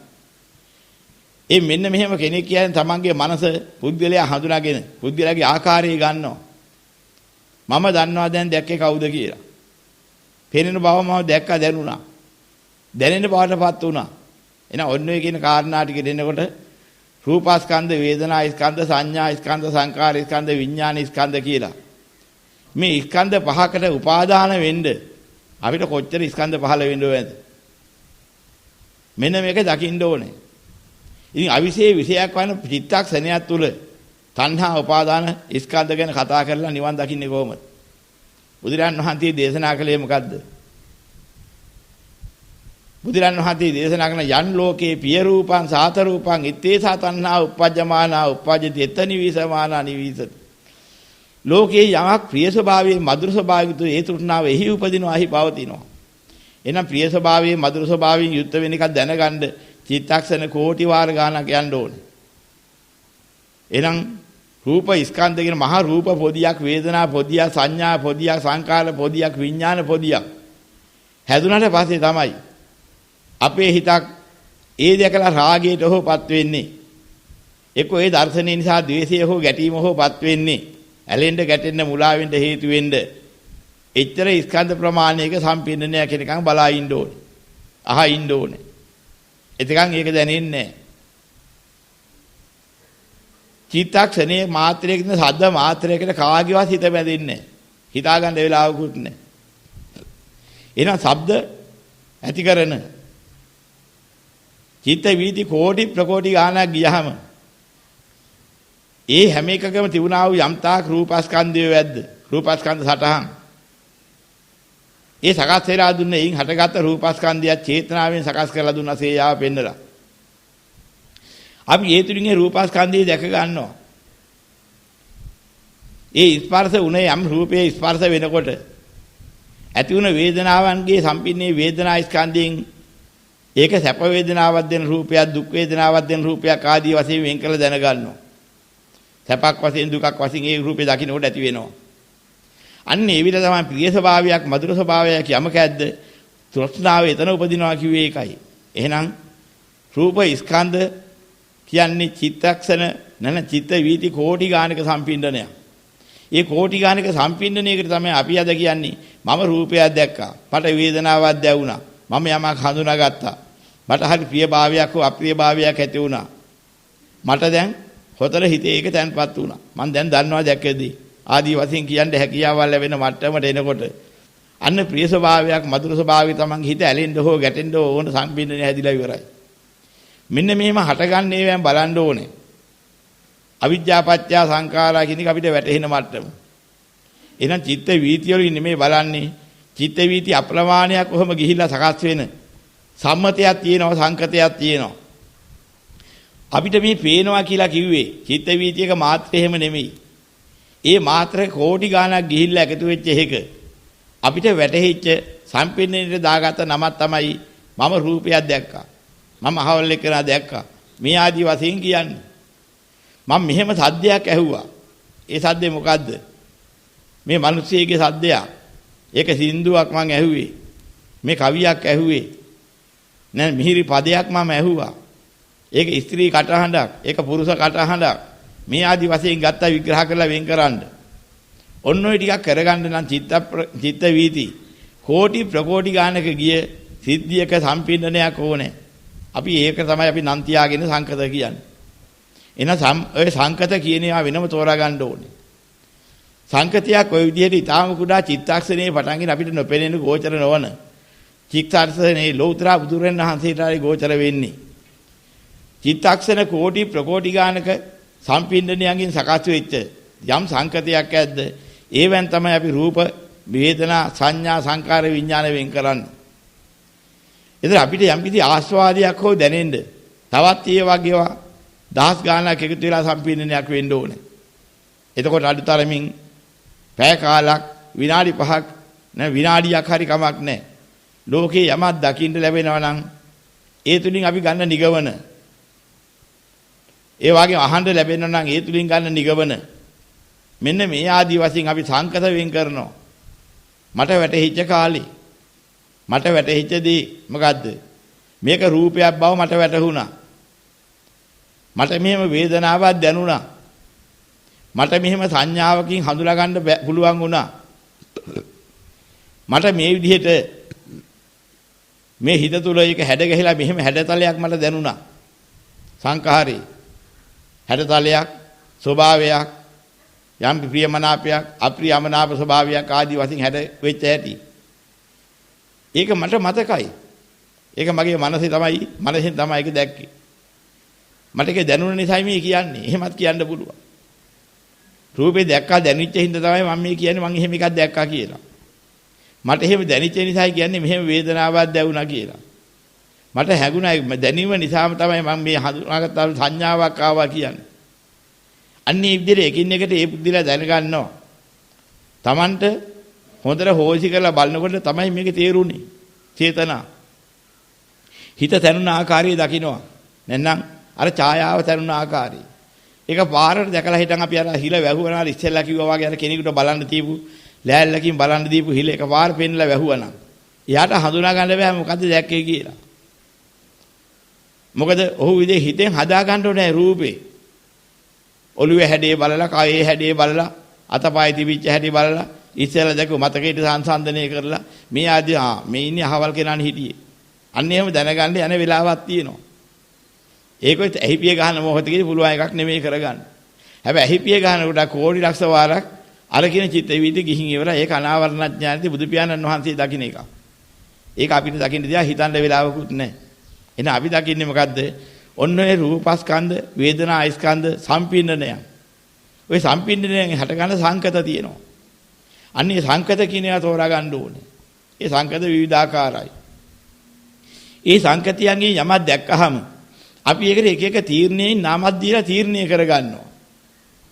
මේ කවුද? සංකතියක් වශයෙන් දකිනවා පුද්ගලෙක්. බලු පැටියෙක් දකින්න පුළුවන්. බලල් පැටියෙක් දකින්නත් පුළුවන්. මේ බලු පැටියෙක්, මේ බලල් පැටියෙක්. මේ මිනිස්සෙක්, මේ අලියෙක්. මේ ආදි වශයෙන් මේ ගහක්. මෙහෙම අපි එකින් එකට බලනවා. ඒ බලනකොට අපි ඒකට නමක් තියාගත්තා. අපි දකින්නවා සතර මහා භූතයන්ගෙන් හටගත් එකක්. විවිධ හැඩතල වලින් හටගත් එක සංකතයක්. දැන් මේ හැම සංකතයක්ම ඇහුවොත් අර බලු පැටියෙක් දැක්කා බලල් පැටියෙක් දැක්කා. බලු සංකතයක් දැක්කා බලල් සංකතයක් දැක්කා. දැන් උපතා පේනවා. මේ පොඩි එකෙක්නේ. තව මාසයක් විතර ඇති ඉපදිලා මේක. පොඩි බලු පැටියෙක් බලල් පැටියෙක්. තව ඇස් ඇරලත් නෑ. අපි ඔහොමත් කියනවා. අන සංකතයක් දකින්න උපතා පේනවා. පැනෙනවා. ඊට පස්සේ මේ බල්ලා කොච්චර කාල ජීවත් වෙන එකේද? පොදුවේ බැලුවොත් අවුරුදු 12ක විතර නම් ජීවත් වෙයි. ඊට වඩා බල්ලේ ජීවත් වෙන්නේ නැහැ. මේ බලලා ඒකත් අවුරුදු 10ක විතර ජීවත් වෙයි.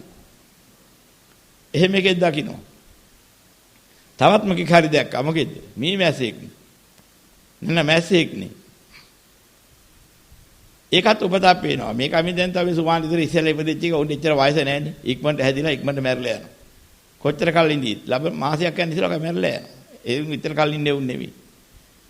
අන්න හිතා කෙටි කාලයක් තුළ උපතක් දැක්කා. අවසාන මරණයේ ස්වභාවය දැනගත්තා. ඒ අතරතුර විපරිණාමික කාලයක් දැක්කා. එහෙනම් උණු සංකත.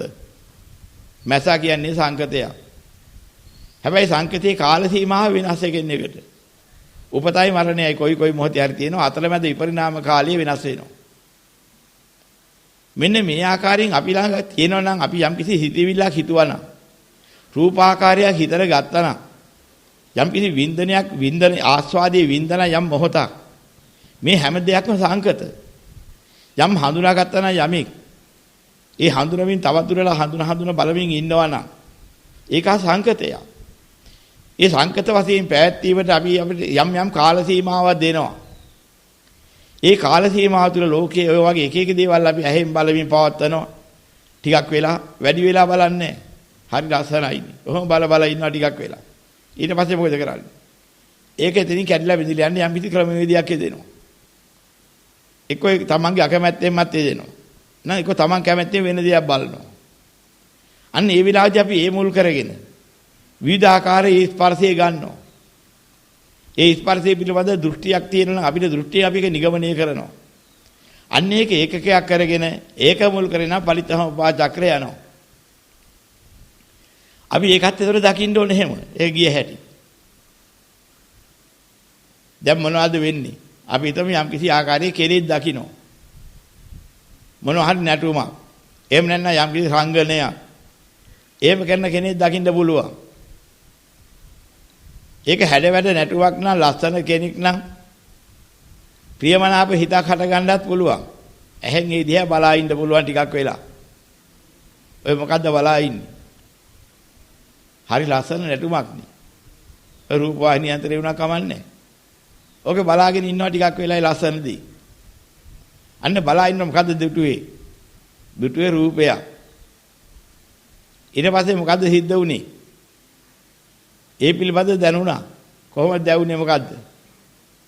හරි ලස්සනයි කියලා පෙනුනේ. හැඩ වැඩ ස්වභාවය නිසා චිත්ත ප්‍රසාදයක් දැනෙනවා. ප්‍රිය ස්වභාවයක්. මధుර ස්වභාවයක්. ඒ දැනුණා ඒක තමයි ඒතන තියෙන වේදනා ස්කන්ධය. ඒක හඳුනාගත්තා. මේ කවුද? කොහොම කෙනෙක්ද? මේ ළමයිගේ නැටුමක් නේ. මේ තරුණියගේ නැටුමක්, මේ තරුණියගේ නැටුමක්. මේක හරි ලස්සන අතපය එහෙම මේ ගෙනින ලස්සන ක්‍රමයක් නේ. ඉතින් ඒ අනුව බලනකොට හරි හැඩයිනේ. එහෙමත් නිගමනය කරනවා. සංඥාවක් ගත්තා. දැන් මේ විනාඩි 2 3 4ක් පුංචි කෑල්ලක් හරි කමන්නේ ඇඩ් කියලා එහෙම දාන්න. ඔයගේ යම්කි කෑල්ලක් දාන්න මේ මොහොත උනා කමන්නේ. අරගත්තාම බලන්න අපි ඒ දිහා බලා හිටියනම් ඒ වෙලාව අපි එතන. අපේ මනස එතන. අපි ඒ දිහා බලාගත්තාම මේ රූපේ, ඒ වේදනාව, ඒ සංඥාව, ඒ සංඛාරය අපි එතන ප්‍රියමනාපින් අපි සංඛාරය ගොඩනගනවා. මොකද්ද? සංකතය අபிසංකරණය කරනවා. මේක මෙහෙම තිබුණා අර එහෙමත් ගියා නම් උසගෙන යන්න තිබුණා අபிසංකරණය. අර සම්මතියවා ඉතින් විවිධ දේවල් හිතියරින් ගොඩනගනවා. ඒක මුල් කරගෙන. සංකතය අபிසංකරණය කරන්න පටන් ගත්තා. සංකාර. ඉතින් ඕක විඥානික ගොනු වෙලා දැනෙන්න පටන් ගත්තා. දැනෙන්නේ විඥානේ. ඊට පස්සේ මොකද වෙන්නේ? අනේ මෙහෙම එකක් මට මතුත් ඇත්නම් බලන්න ඇත්නම් මතු ගෙනියන්න ඇත්නම් මතු පවත්වාගෙන යන්න ඇත්නම් මේ වගේ ජීවිතයක ඉන්න ඇත්නම් ඒ මොකද්ද? ඒක තමයි කාම භවය. අන්න භවයට මොකද්ද හේතුනේ? ඔන්න ඔය කියන විඥානේ. අර දැනගත්ත එක ඒ જાති එකක් යලිත් මට බලන්න ඇත්නම් කියලා හිතුවොත් විඥානීය ඉදිරියට තියාගත්තා ගොඩනගලා හිටන් භවයේ පිහිටවා ගත්තා. මෙන්න මේකට කියනවා කර්ම විඥානීය ගොඩනගා ගත්ත හැටි. මේ පරිච්ඡසමුපාදනෝ ක්‍රියාත්මක වෙන ආකාරය. දැන් ඔතන මොකද්ද සිද්ධ වුනේ? අවිද්‍යාව තිබිච්ච නිසාම අර ප්‍රියමනාප රූපය හොඳ එකක් කියලා සතර මහා භූතයන්ගෙන් ගොඩනැගිච්ච අසාර දෙයක් සාරයි කියලා අරගෙන අනිත්‍ය දෙයක් නිත්‍යයි කියලා දුක් දෙයක් සුඛයි කියලා අනාත්ම දෙයක් අත්තයි කියලා මේ ආකාරයෙන් අර රූපෙ දිහා බලා ඉඳලා ඒ රූප ඡායාව දිහා හරි බලා ඉඳලා අපි ඒක එහෙම නිගමනයක් කරගන්න. දැන් ඕකෙන් අපි මොකද්ද ගොඩනැගුවේ? අවිද්‍යාව පත්‍ය සංඛාරා ගොඩනැගුවා. දැන් ගොඩනගලා තියෙන සංඛාරය. ඒ සංඛාරය මොකද්ද? කාම සංඛාරය. සංඛාර පත්‍ය විඥාන අපිට පහළලා තියෙන කාම හිතකුත් ඒ මොහොතේදී. විඥාන පත්‍ය නාම රූපං ඒ හිතේ වහගත්තා. ඒ කියන්නේ ආ උදේවල් අදහස්ම. ඉතින් මොකද්ද එකකින් අපි බලාපොරොත්තු වෙන්නේ? නාම රූපත්‍ය විඥානං ඒ හිතව බලවත් කරගත්ත අනිසරි. බලවත් කරගෙන කාමයේ විඳින්න මට මේ විදිහට මේ රූපයේ මෙහෙම ඇසුරු කරලා තිබුණා නම් ඕ වගේ අදහසුත් ගත්තා.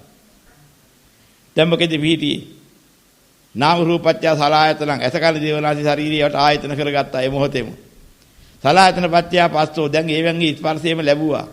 පසපත්‍ය වේදනා ඒ වින්දනේ තමන්ම දන්නවා ඒ මොහොතේ ලැබුවේ හැටි.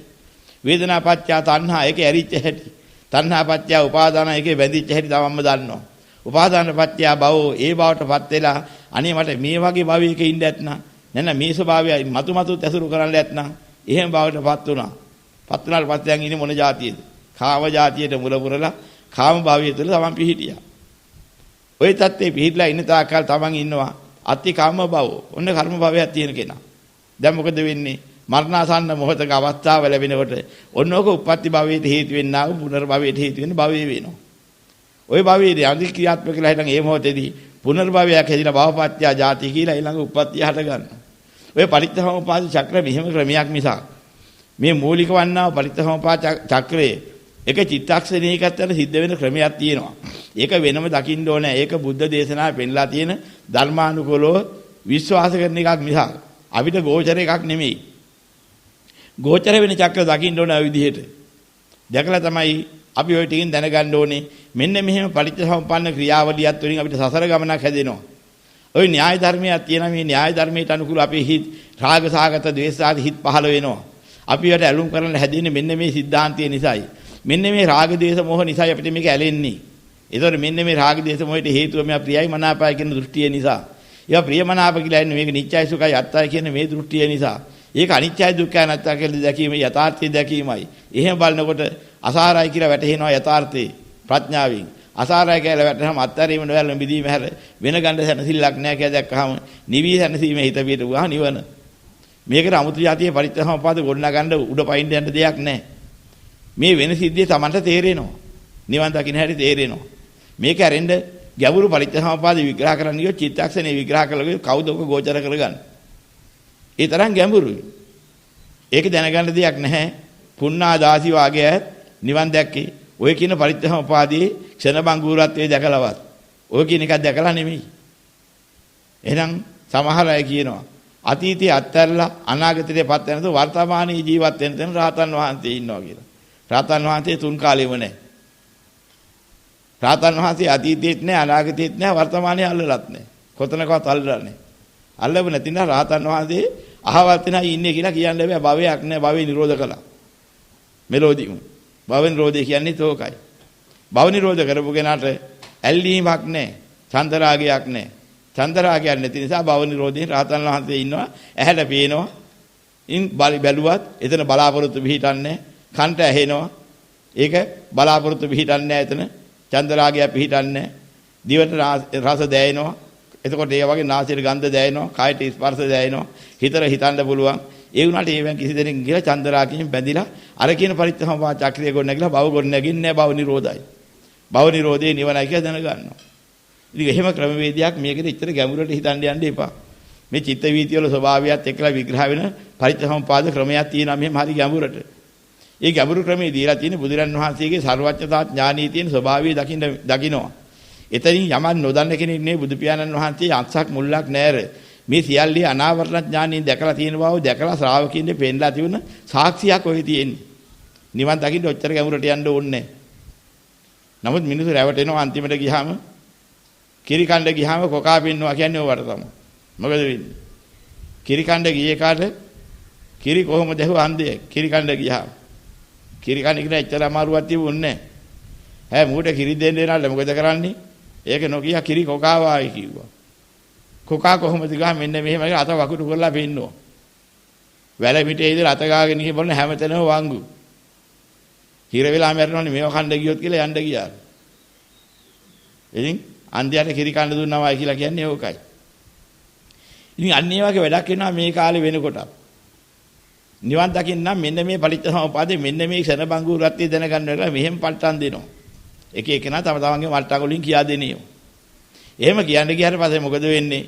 අනේ කවදානම් මේවා අපි තෝරා ගන්නද? මේවා අපිට හිතා ගන්නවත් බෑනේ. එහෙනම් අපිට අනේ නිවන් දකින්නවා කියන එක අහල කරුවත් අපිට යන්න බෑනේ කියලා හදාරියටපත් වෙනවා.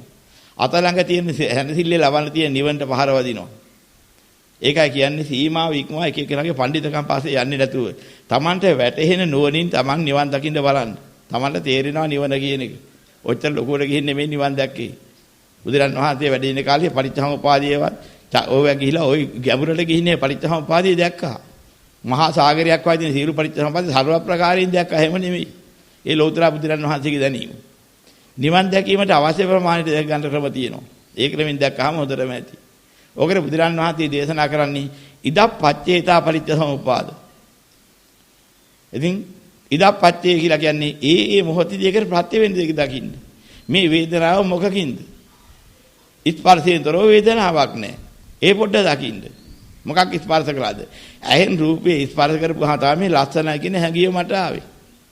මම ඕක බැලුවේ නැත්නම් මට ඔහොම හැඟීමක් එන්නේ නැහනේ. මේ කනින් සද්ද ඇහුවා. ඕකට සවන් දීගෙන ඉන්න ගිහිල්ලා තමයි මට මේ හරි මිහිරි සද්දයක් නේ. ආයිත් අහන්න එපා. ඕවා කොහොම මතක් උනේ. මගේ පාඩුවේ ඔක අහන්න නැතුව මගේ වැඩක් බලාගත්තා නම් යන්න කියන අවතන ඉවරයි. ඕවට අහින් කන් දෙන්නේ නැතුව. Tamanටම තේරෙනවා. ඒතර දකින්නවා සද්දය අහලා යම් කිසි ආස්වාදයක් ලැබුවා නම් ඒකත් ස්පර්ශ ප්‍රත්‍යයෙන්. රූපයක් දැකලා යම් කිසි හිත බැඳුණා නම් ඇයි බැලුවේ? ඇයි උත්තර බලන්න ගියේ? එකපාරක් බලන්න නෙමෙයි හිත බැඳුනේ. බලනකොට බලන්න හිතුණා තව. දැන් මේක දකින්නවා. පැරණි අය පැරණි භික්ෂූන් වහන්සේලාත් ඇස සංවර කරගත්තේ ওই ක්‍රමයටයි. දැක්ක දේ බලන්න ගියේ නෑ. මොකක් නිසාද? ඒ වගේ හැඟීමක් ඇති වෙන නිසා. ඒක භික්ෂූන් වහන්සේලාගේ දා සිරිතක්. කෙනෙක් යමක් දිහා දෙපාරක් බැලුවොත් ඒක දැක්කොත් ආ භික්ෂූන් වහන්සේ නමක්. ඇවැත්නි ඇයි ඒ දෙපාරක් බැලුවේ? එහෙම අහනවා. එක් ස්ථානයකදී දානෙ බෙදෙන අවස්ථාවක එක්තරා තරුණ කාන්තාවක් දානෙ බෙදෙනවා. ඒක භික්ෂුන් වහන්සේ නමක් එක සැරයක් බලලා ආයිත් ඒ දෙහැ බැලුවා. ඊළඟට අනිත් භික්ෂුන් වහන්සේ නම ඇවැත්නි ඇයි දෙපාරක් බැලුවේ? ඒ කාන්තාව දිහා. මම ඉස්සෙල්ලා බලපුවාම අපේ නංගි කෙනෙක් හිටියා ඔය හැඩේමයි. එයාද කියලා බැලුවේ. අනේ මට සමා වෙන්න. එහෙම බලන්න එපා කියන එක නෙමෙයි මේ කිව්වේ. රාගහිතකින් බැලුවා නම් අන්න ඒක අවිද්‍යාවෙන් පටන් ගත්ත පරිත්‍ථමපාද චක්‍රයට කොටු වෙලා. ඒ බැලීමත් එක්ක හටගත්තා වූ ස්පර්ශය නැත්නම් දර්ශන ස්පර්ශය නිසා හිතේ පළපදියන් එනවා අර රූපේ. ඊට පස්සේ මොකද වෙන්නේ? ඕක මනසට ස්පර්ශ කරගෙන කෙලවරක් නැති මනෝ විඥාන පහල කරමින් ওই විදිහට මොකද කරන්නේ? රාග සහගත විඥාන පහල කරගත්තොත් හාමුදුරු සිවුරු වල යන්න ඔකත් ඇති. දරන්න බැරි වෙන්න. අන්න ඒ වගේ යථාර්ථය දකින්න ඕනේ. එන යම් කිසි ආකාරයක ආස්වාද මානසිකත්වයක් ගොඩ නැගුණ නම් බැලුවාම ස්පර්ශයක් මුල් කරගෙන පටන් ගෙන තියෙන්නේ. එහෙම දකින්න ඕනේ. ඒ දැකලා එකින් එකට ඒකේ මුල හොයන්න පුරුදු වෙන්න ඕනේ.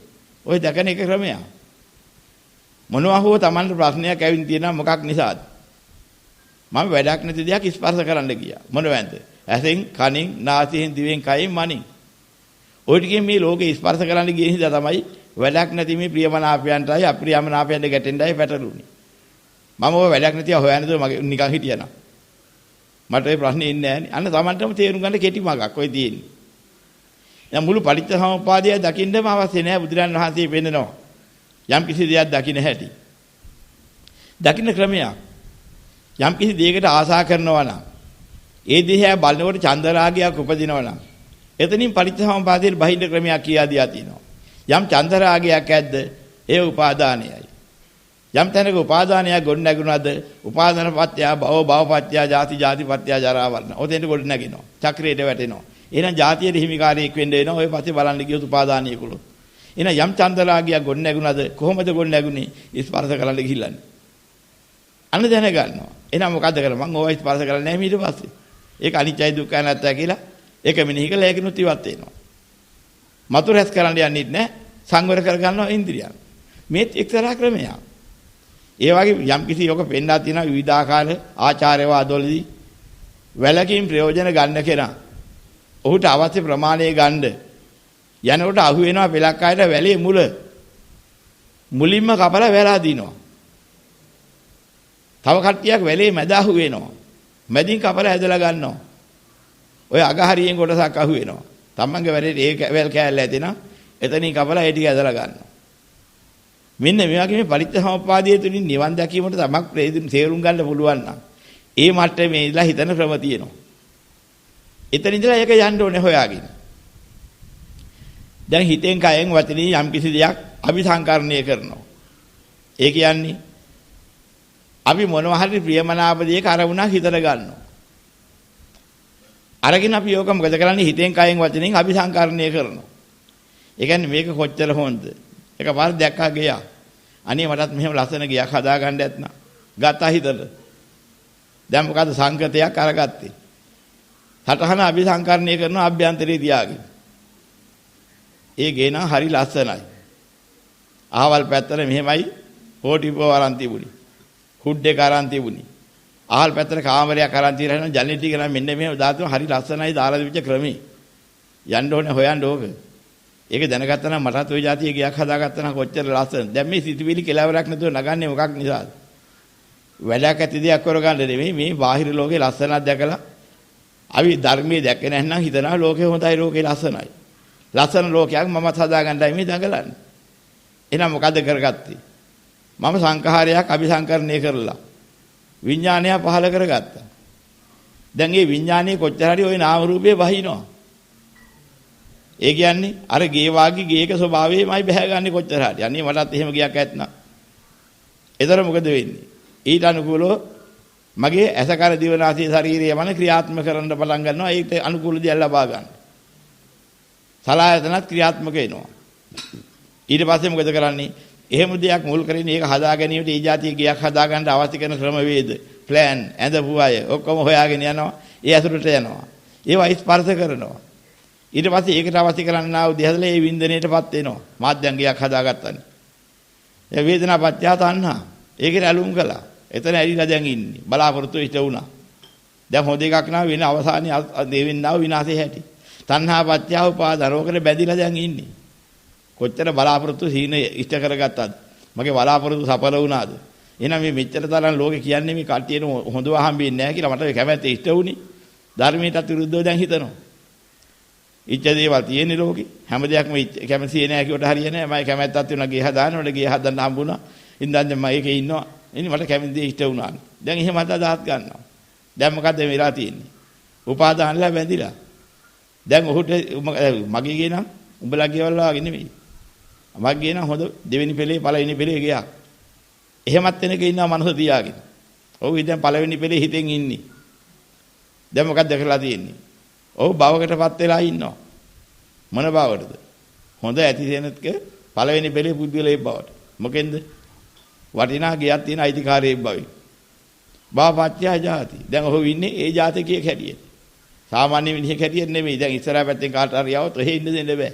අනේ එහා පැත්තේ පාර තියෙනවා. ඒ පැත්තෙන් ඵලයන් කුසිය පැත්තෙන් උගලට යන්න තියෙන්නේ. අර ඉස්සෙල්ලා බලපුවම කපුටා එක පැත්තෙන් ගිහින් අනිත් පැත්තෙන් ගියේ ගේ ඇති වෙච්ච මිනිසයා. එදා කොහෙන් ආවත් එකයි මොනවා කතා කළත් එකයි. නමුත් අද බෑ එහෙම. විශේෂ බුද්ධිලිය කියලා මහා ගියක් හදාගෙන මහා මන්දිරයක් හදාගෙන අයිතිකාරයෙක් කියලා මහානාකාර වෙලා. දැන් මොකද උනේ? භවපත්‍ය ජාති හැදිලා තියෙනනේ මෙලෝදීම. හැබැයි ජාතිපත්‍ය ජරා මරණ වෙන එක හිතන්නේ නැහැ. නමුත් බලනකොට ගිහිල්ලා මැරිලා ඉවරයි ජරාටපත් වෙනවා. ඔය ගිය ඇතුලේ ඔත්පල්ලා අංශභාගය හිතලා කොයි හරි මුල්ලගෙන ඉඳලා හිටන් මැරිලා යන්න පුළුවන්. හිමිකමකෝ. ඔක්කොම නෑ ඉවරයි. අසාර දෙයක් පස්සේ හිතා හිටන රජ වුණා වගේ හිතා හිටියට අන්තිමට හරයක් නැති අදහස් ගොන්නක් තිබුණා මිසක් වෙන මොකුත් හම්බෙච්ච දෙයක් නෑ මැරිලා ගියා. අන්න ධර්මය බලාගෙන යන්න ඕනේ ඔය විදිහට මේ සිද්ධ වෙන හැටි. සුන්දර ලෝකයක් මැව්වට හදාගත්තට පරිත්තහම්පන්නව ක්‍රියාත්මක වෙන්නේ ඔහොමයි. අවසානයේ ජරා මරණින් කෙලවර වෙන්නේ ඔය විදිහටයි. එහෙම දෙයක් තුළ මොන බලාපොරොත්තුවද මොන වටිනාගේවල්ද? කාටද ඔකින් හරි ගියේ. තියෙන දෙකෝ ඉන්නකන් ඉන්නවා මිසක් මට නම් කවන්නේ. අනේ යථාබෝධය ලැබෙනකොට ඒ බලාපොරොත්තු අසාරදයක් බව දැකලා එකකින් හිත නිදහස් වෙලා ගියා. හිත නිදහස් වුණා මොකද කරන්නේ? යම්කිසි අවිද්‍යාවකින් දුන්නා තීරණයක් ඒ තීරණේ දැන් එතන දෙන්නේ නැහැ. අවිද්‍යාත්‍ය අසේස විරාගින්ද සංකාරින්දෝතු. ඔය දැන් අபிසංකරණය කරන්නේ නැහැ එහෙම එකක් දැක්කම. දැන් ලස්සන ගාල ඕතරම් දකින්න. අபிසංකරණයක් නැහැ. සංකාර නිරෝධයි.